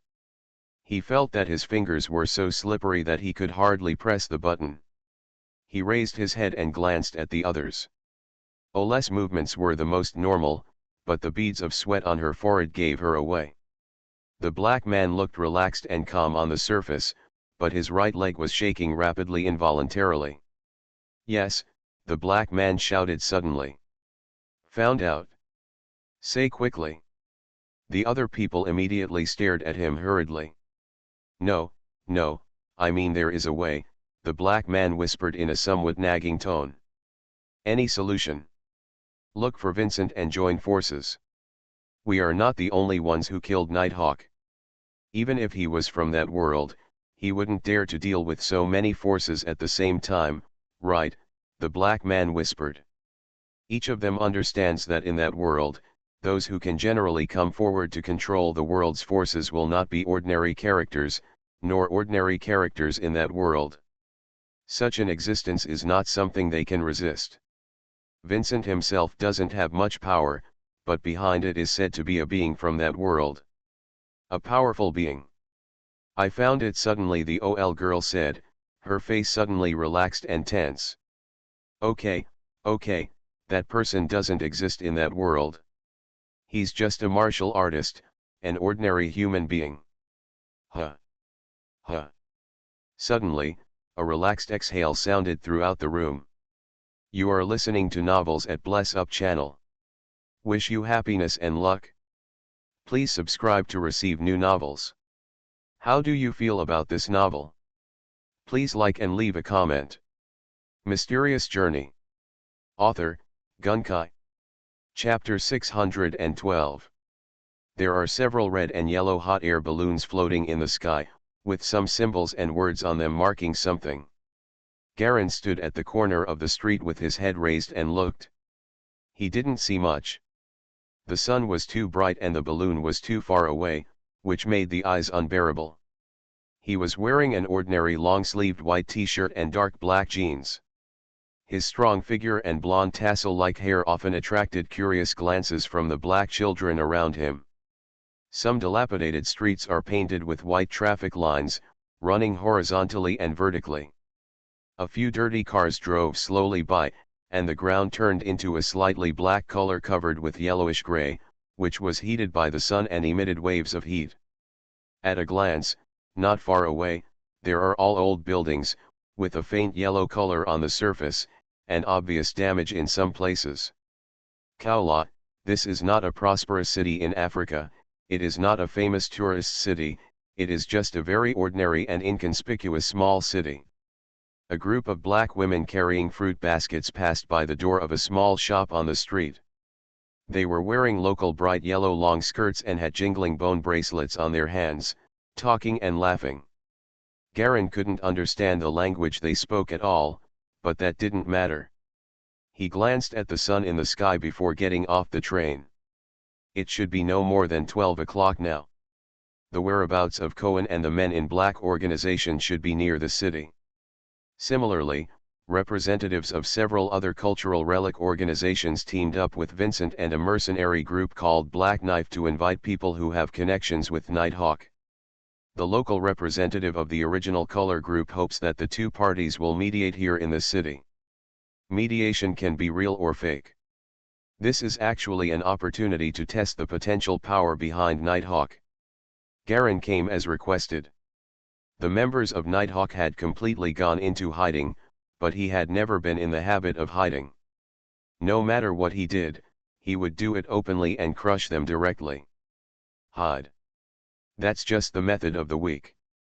For someone who has enough power, he will only choose to hide when he encounters possible threats. Walking slowly along the sidewalk, Galen put on black sunglasses and glanced at the advertising banners and signs on the roadside from time to time. There was a young black man selling cigarette lighters and other gadgets to him. 5 yuan.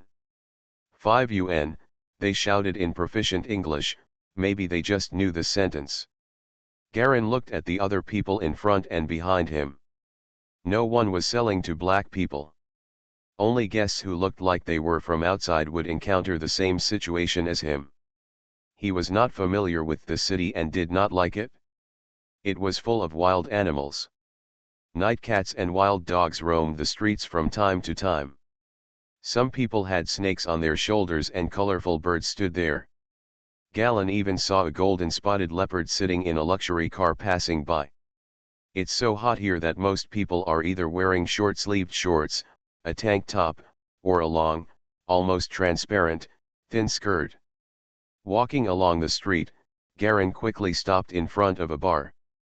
The bar had a curved sign with a weird green man's head on it, and there were red lights flashing on the side in broad daylight. The door was empty, and almost no one could be seen coming in or out. Only a little guy came out of the side door with a basin of water and fell into the sewer ditch. Galen stood at the door of the bar and waited for a while. He saw two black men in white shirts walking out. The two nodded politely to him and opened the door of the bar. It was so dark inside that nothing could be seen, like a black hole with no bottom. Garen glanced at the two of them and saw that the other person was grinning with white teeth, as if he was smiling. "Boss, there is someone waiting for you inside," a black man whispered in American English. Garen smiled slightly and strode into the bar. The door behind him was quickly closed. The bar was dark. The light transmitting areas around the doors and windows were covered with black cloth, but it was very cool inside. Boom! Suddenly, the entire bar burst into incomparable light. The white lights lit up neatly in an instant, and everything around them suddenly became brighter. "Welcome, welcome, dear Captain Nighthawk." An old man wearing a cowboy hat and big-toed glasses came out. He was dressed in cowboy clothes, just like the American Western cowboy in the movie. The old man came out, stretched out his hand and pointed to the left. There was a group of people sitting there. They all looked like they had strong muscles. Tattoos could be seen on their arms and necks. Some of them lowered their heads and used a knife. While manicuring her nails, someone crossed her legs and hugged the black girl next to her, raising and lowering her hands. This group of people all have one thing in common: they all have a black knife tattooed on their bodies. The black knife people the old cowboy introduced with a smile. "Over there are Vincent and the Bajiaohu people." He pointed to a group of people sitting on the other side opposite the black people. This group of people looks more like they have a variety of personalities, including company employees, vegetable sellers, bakery owners, lawyers, and nouveau riche. They are a little different from the black knife people. Somewhat restrained, not very relaxed. But no matter which side he was on, Garen could feel that people on both sides were looking at him carefully. "Octagonal pot? Do you mean the 8 largest cultural relics groups in Europe?"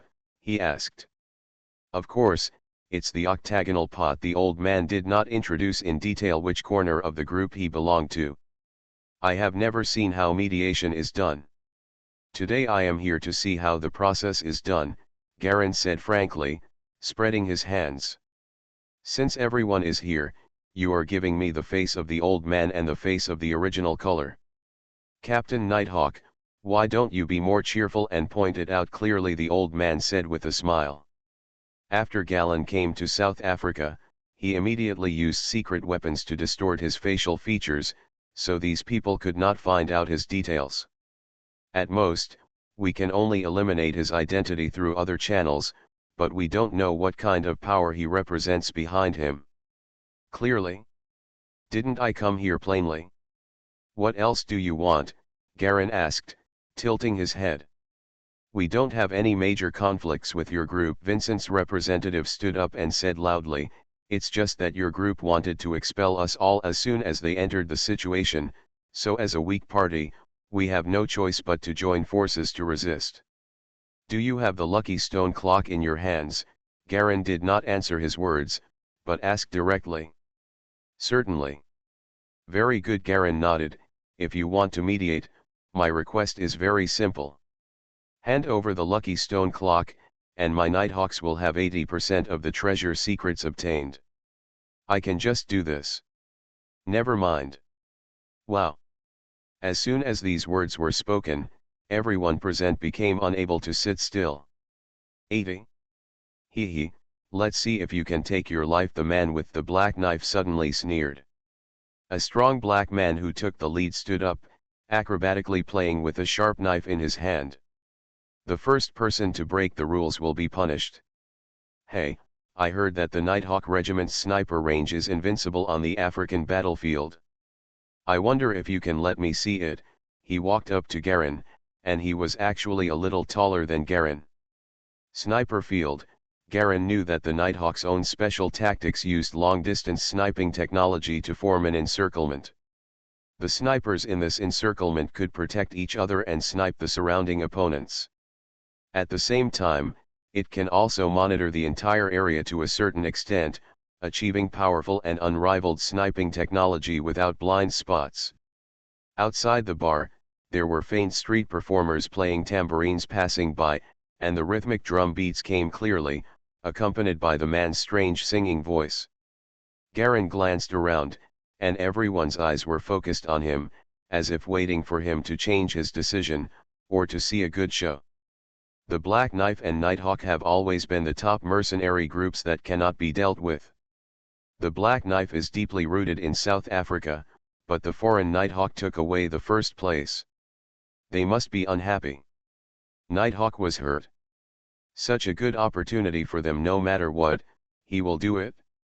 Originally, I was waiting for Garen to show his trump card, but I didn't expect that he didn't follow the steps at all. In this case, there was nothing to worry about. Garen glanced at the men with black knives. Some of them had already begun to touch guns. Some of them had sharp knives in their hands unknowingly and stared at him with a playful expression. Before that, I still have a question that needs all of you to answer, Garen suddenly said. What is the problem? Are all the people who besieged my Nighthawk last time here? A smile suddenly appeared on Garen's lips. Laugh.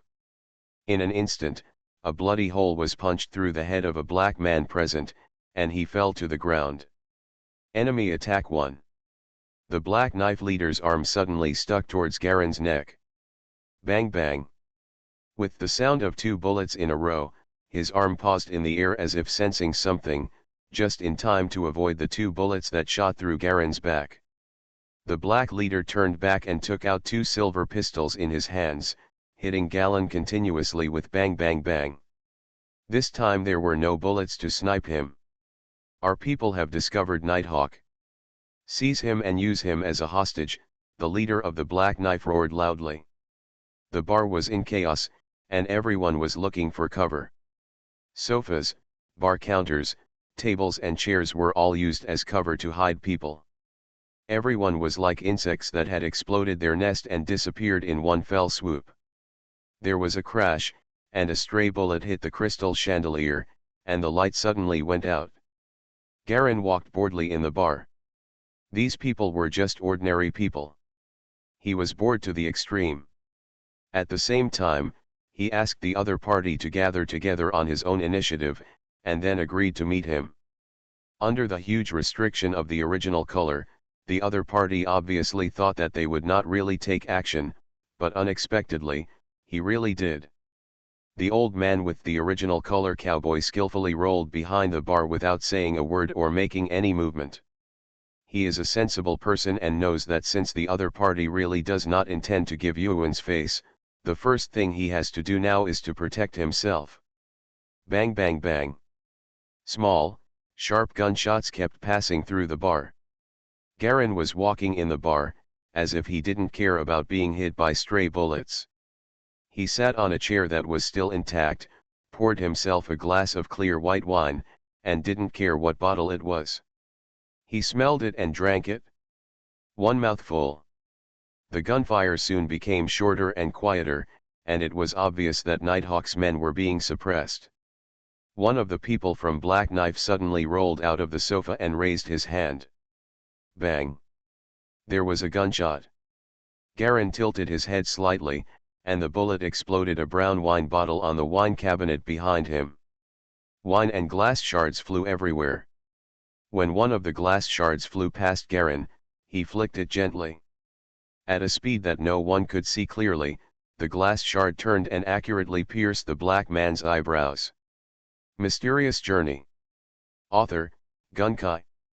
Chapter 613. Without even making a sound, the black man with the black knife fell down and lost his breath. Black Knife's people suddenly cursed. Bang! There was another gunshot, actually 2 shots fired at the same time. The 2 bullets were shot in the direction where Garin was dodging on both sides, leaving no room for him to dodge. Bang bang! 2 more wine bottles exploded behind Garin, and no one could see clearly how he dodged. Hell, the Black Knife leader's face changed slightly, as if he thought of a possible group, and quickly nodded towards his companion on the right. That means being cruel. In an instant, a red light suddenly lit up. Boom! 4 groups of red and dazzling fire streams suddenly exploded around the entire bar, centered around Galleon. The leader of the Black Sword suddenly flew out, firing like raindrops from both guns in his hands. At the same time, he was very capable of making complex and mysterious evasive gestures. Outside the bar, you could vaguely hear the sound of a large group of people gathering. It was unclear whether they were people from the original color or from other forces. Is there anything else interesting? Garen's voice suddenly came from behind him. The leader of the Black Knife was so frightened that he rolled forward and rushed directly into the sea of fire. He even fired 2 shots in his backhand without even looking at it. He flew up in one stride and walked out of the glass window covered with black cloth. With a crash, he rolled onto the street a few times and then turned over. But suddenly I found that my chest hurt a little. He looked down and saw a hint of scarlet blood in the center of his white shirt. The blood color is getting thicker and thicker, and it is getting bigger and bigger, rapidly expanding in all directions. When, he opened his eyes wide and tried to remember, but he had no idea when he was shot. Severe pain and a suffocating feeling that completely made his lungs unable to breathe quickly filled the air. He staggered and held onto the street lamp post, and his eyes soon began to darken. When he finally fell to the ground, he vaguely saw Garin carrying someone out of the bar. The entire bar was ablaze, and no one came out. As soon as Garin came out, he saw a large number of people rushing towards this direction. Some people were holding knives and others were holding guns, and the scene was a bit chaotic. He looked back at the bar while carrying a person, and with a few changes of pace, he quickly turned to the side of the bar. A little black boy stared at him blankly, standing at a loss in the alley. Garin carried the man covered in blood, smiled at him, and walked towards the back of the bar.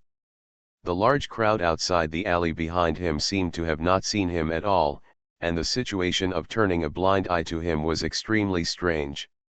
Crossing the alley, a bald man with blood-stained arms and 2 people were waiting behind him. They also drove 2 cars. Boss the bald head bowed his head respectfully in greeting, and the other 2 also bowed their heads. Deal with this person.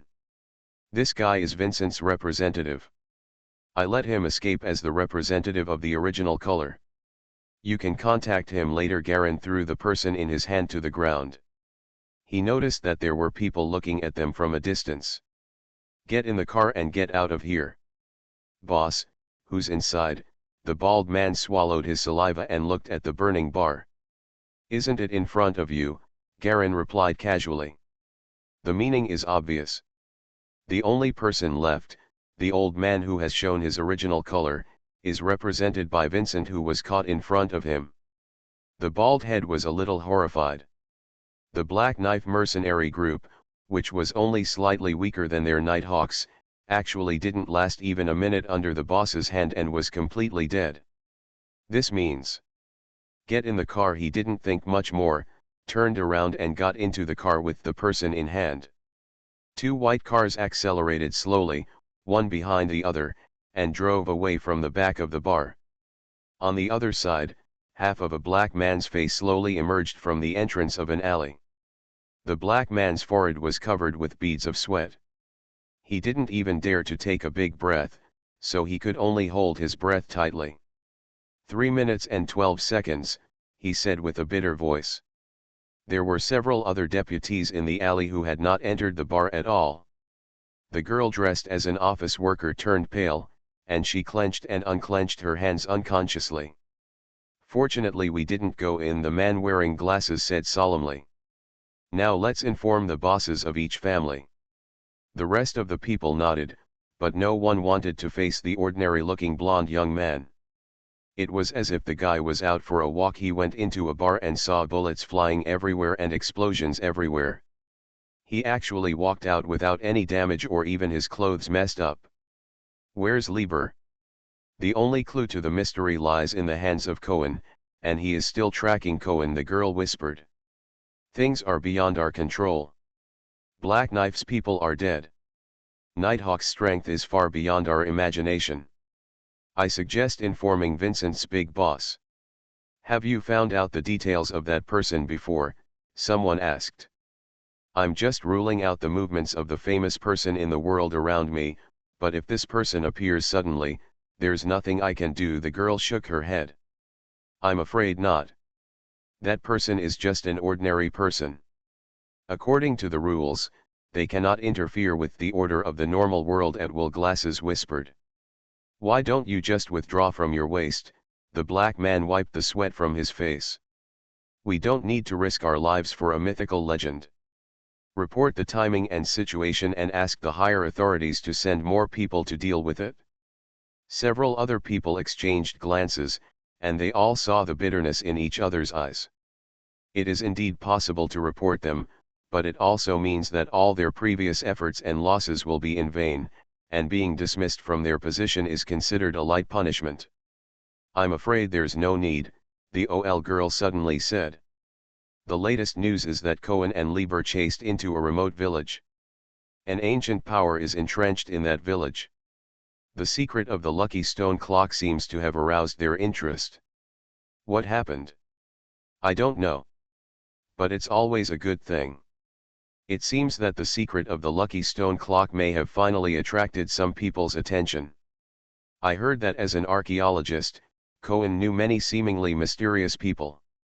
The village he ran to this time may be where his friends are. Eyes frowned. I think it's best for us not to get involved and wait until they decide the winner. The girl smiled bitterly. The situation is becoming more and more complex, and more forces are involved. The other people nodded. In the pitch-black darkness, an old man with an old face gently lit a yellow oil lamp, and the dim yellow flame slowly illuminated the scene inside the wooden house. The round window has cross-shaped wooden bars, and there is a faint moonlight shining in from the outside. The old man looked back at the bed in the wooden house, where a black figure was lying. He was a man, wearing a black leather jacket.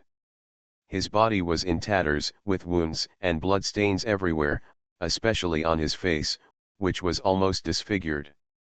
However, Zhang could still see through the scars that he was originally a middle-aged man with good looks. Well, the man woke up from the bed. How long have I been asleep? Rustam. It didn't take long, about 5 hours or so. The old man turned back and smiled, his wrinkled face like a blooming chrysanthemum. Okay, chrysanthemum, why do I think of this plant every time I see you? The man touched his head and smiled bitterly. It seems that your situation is not very good either. It's just a little better than you. The old man shook his head, picked up the oil lamp and walked to the bed. I told you, don't come to me until the last moment. Because not only may I not be able to help you, but I may also bring you greater danger. Of course I remember. The man smiled bitterly, but I really have no choice now, and I have no way out. He buried his head deeply, holding his hair with both hands, and his eyes were bloodshot. It seems that you are indeed in a bad situation. The old man shook his head helplessly. Friend, my situation is not much better than yours. If you don't mind, just stay here with me. I hope you can give me some inspiration. The man raised his head with a hint of hope. It's useless. The old man shook his head. A powerful force surrounds me, and I can't use enlightenment. He looked at the man. Cohen, you will understand soon. No matter whether enlightenment appears or not, the result will be nothing can be changed. Are we seeing fixed results? Cohen asked rhetorically. It's not fixed, but inevitable. It's a positive and negative inference obtained by collecting information from nature. You have to understand that there is no accident in this world. The so-called accident is just the final result of the inevitable combination of martial arts. Old man Rustam, he said with a wrinkled face. Anyway, I'm relying on you. I have nowhere to go. Cohen was silent for a while, but still said with a smile. Is Liv dead? The old man looked into his eyes and found that he was running away and avoiding his sight. Not just Liv, but Corella, Vern. There was a deathly silence. It seems that your situation really can't get any worse. Then come with me. The old man shook his head. Just being able to die peacefully can sometimes be a good result. What are you talking about? Cohen asked. Nothing. Rustam put down the oil lamp and took out a vial filled with fireflies. He carefully poured the fireflies into an earthen jar. The strange thing is that the fireflies in the earthen jar flicker and fly away without knowing it. He picked up the stone pestle and began to grind the fireflies carefully, and occasionally sprinkled some unknown powder into it. What are you doing? Cohen noticed his strange behavior. Rustam smiled mysteriously and did not answer. Cohen got up from the bed, slumped, picked up a bowl of mushy yellow stuff next to him, and drank it all in one gulp. He couldn't even remember how long he had been chased by Lieber. The two had gone through countless hardships in the wilderness, fighting each other, and their hatred had become so condensed that it could not be broken down. Of the two of them, one of them is destined to die.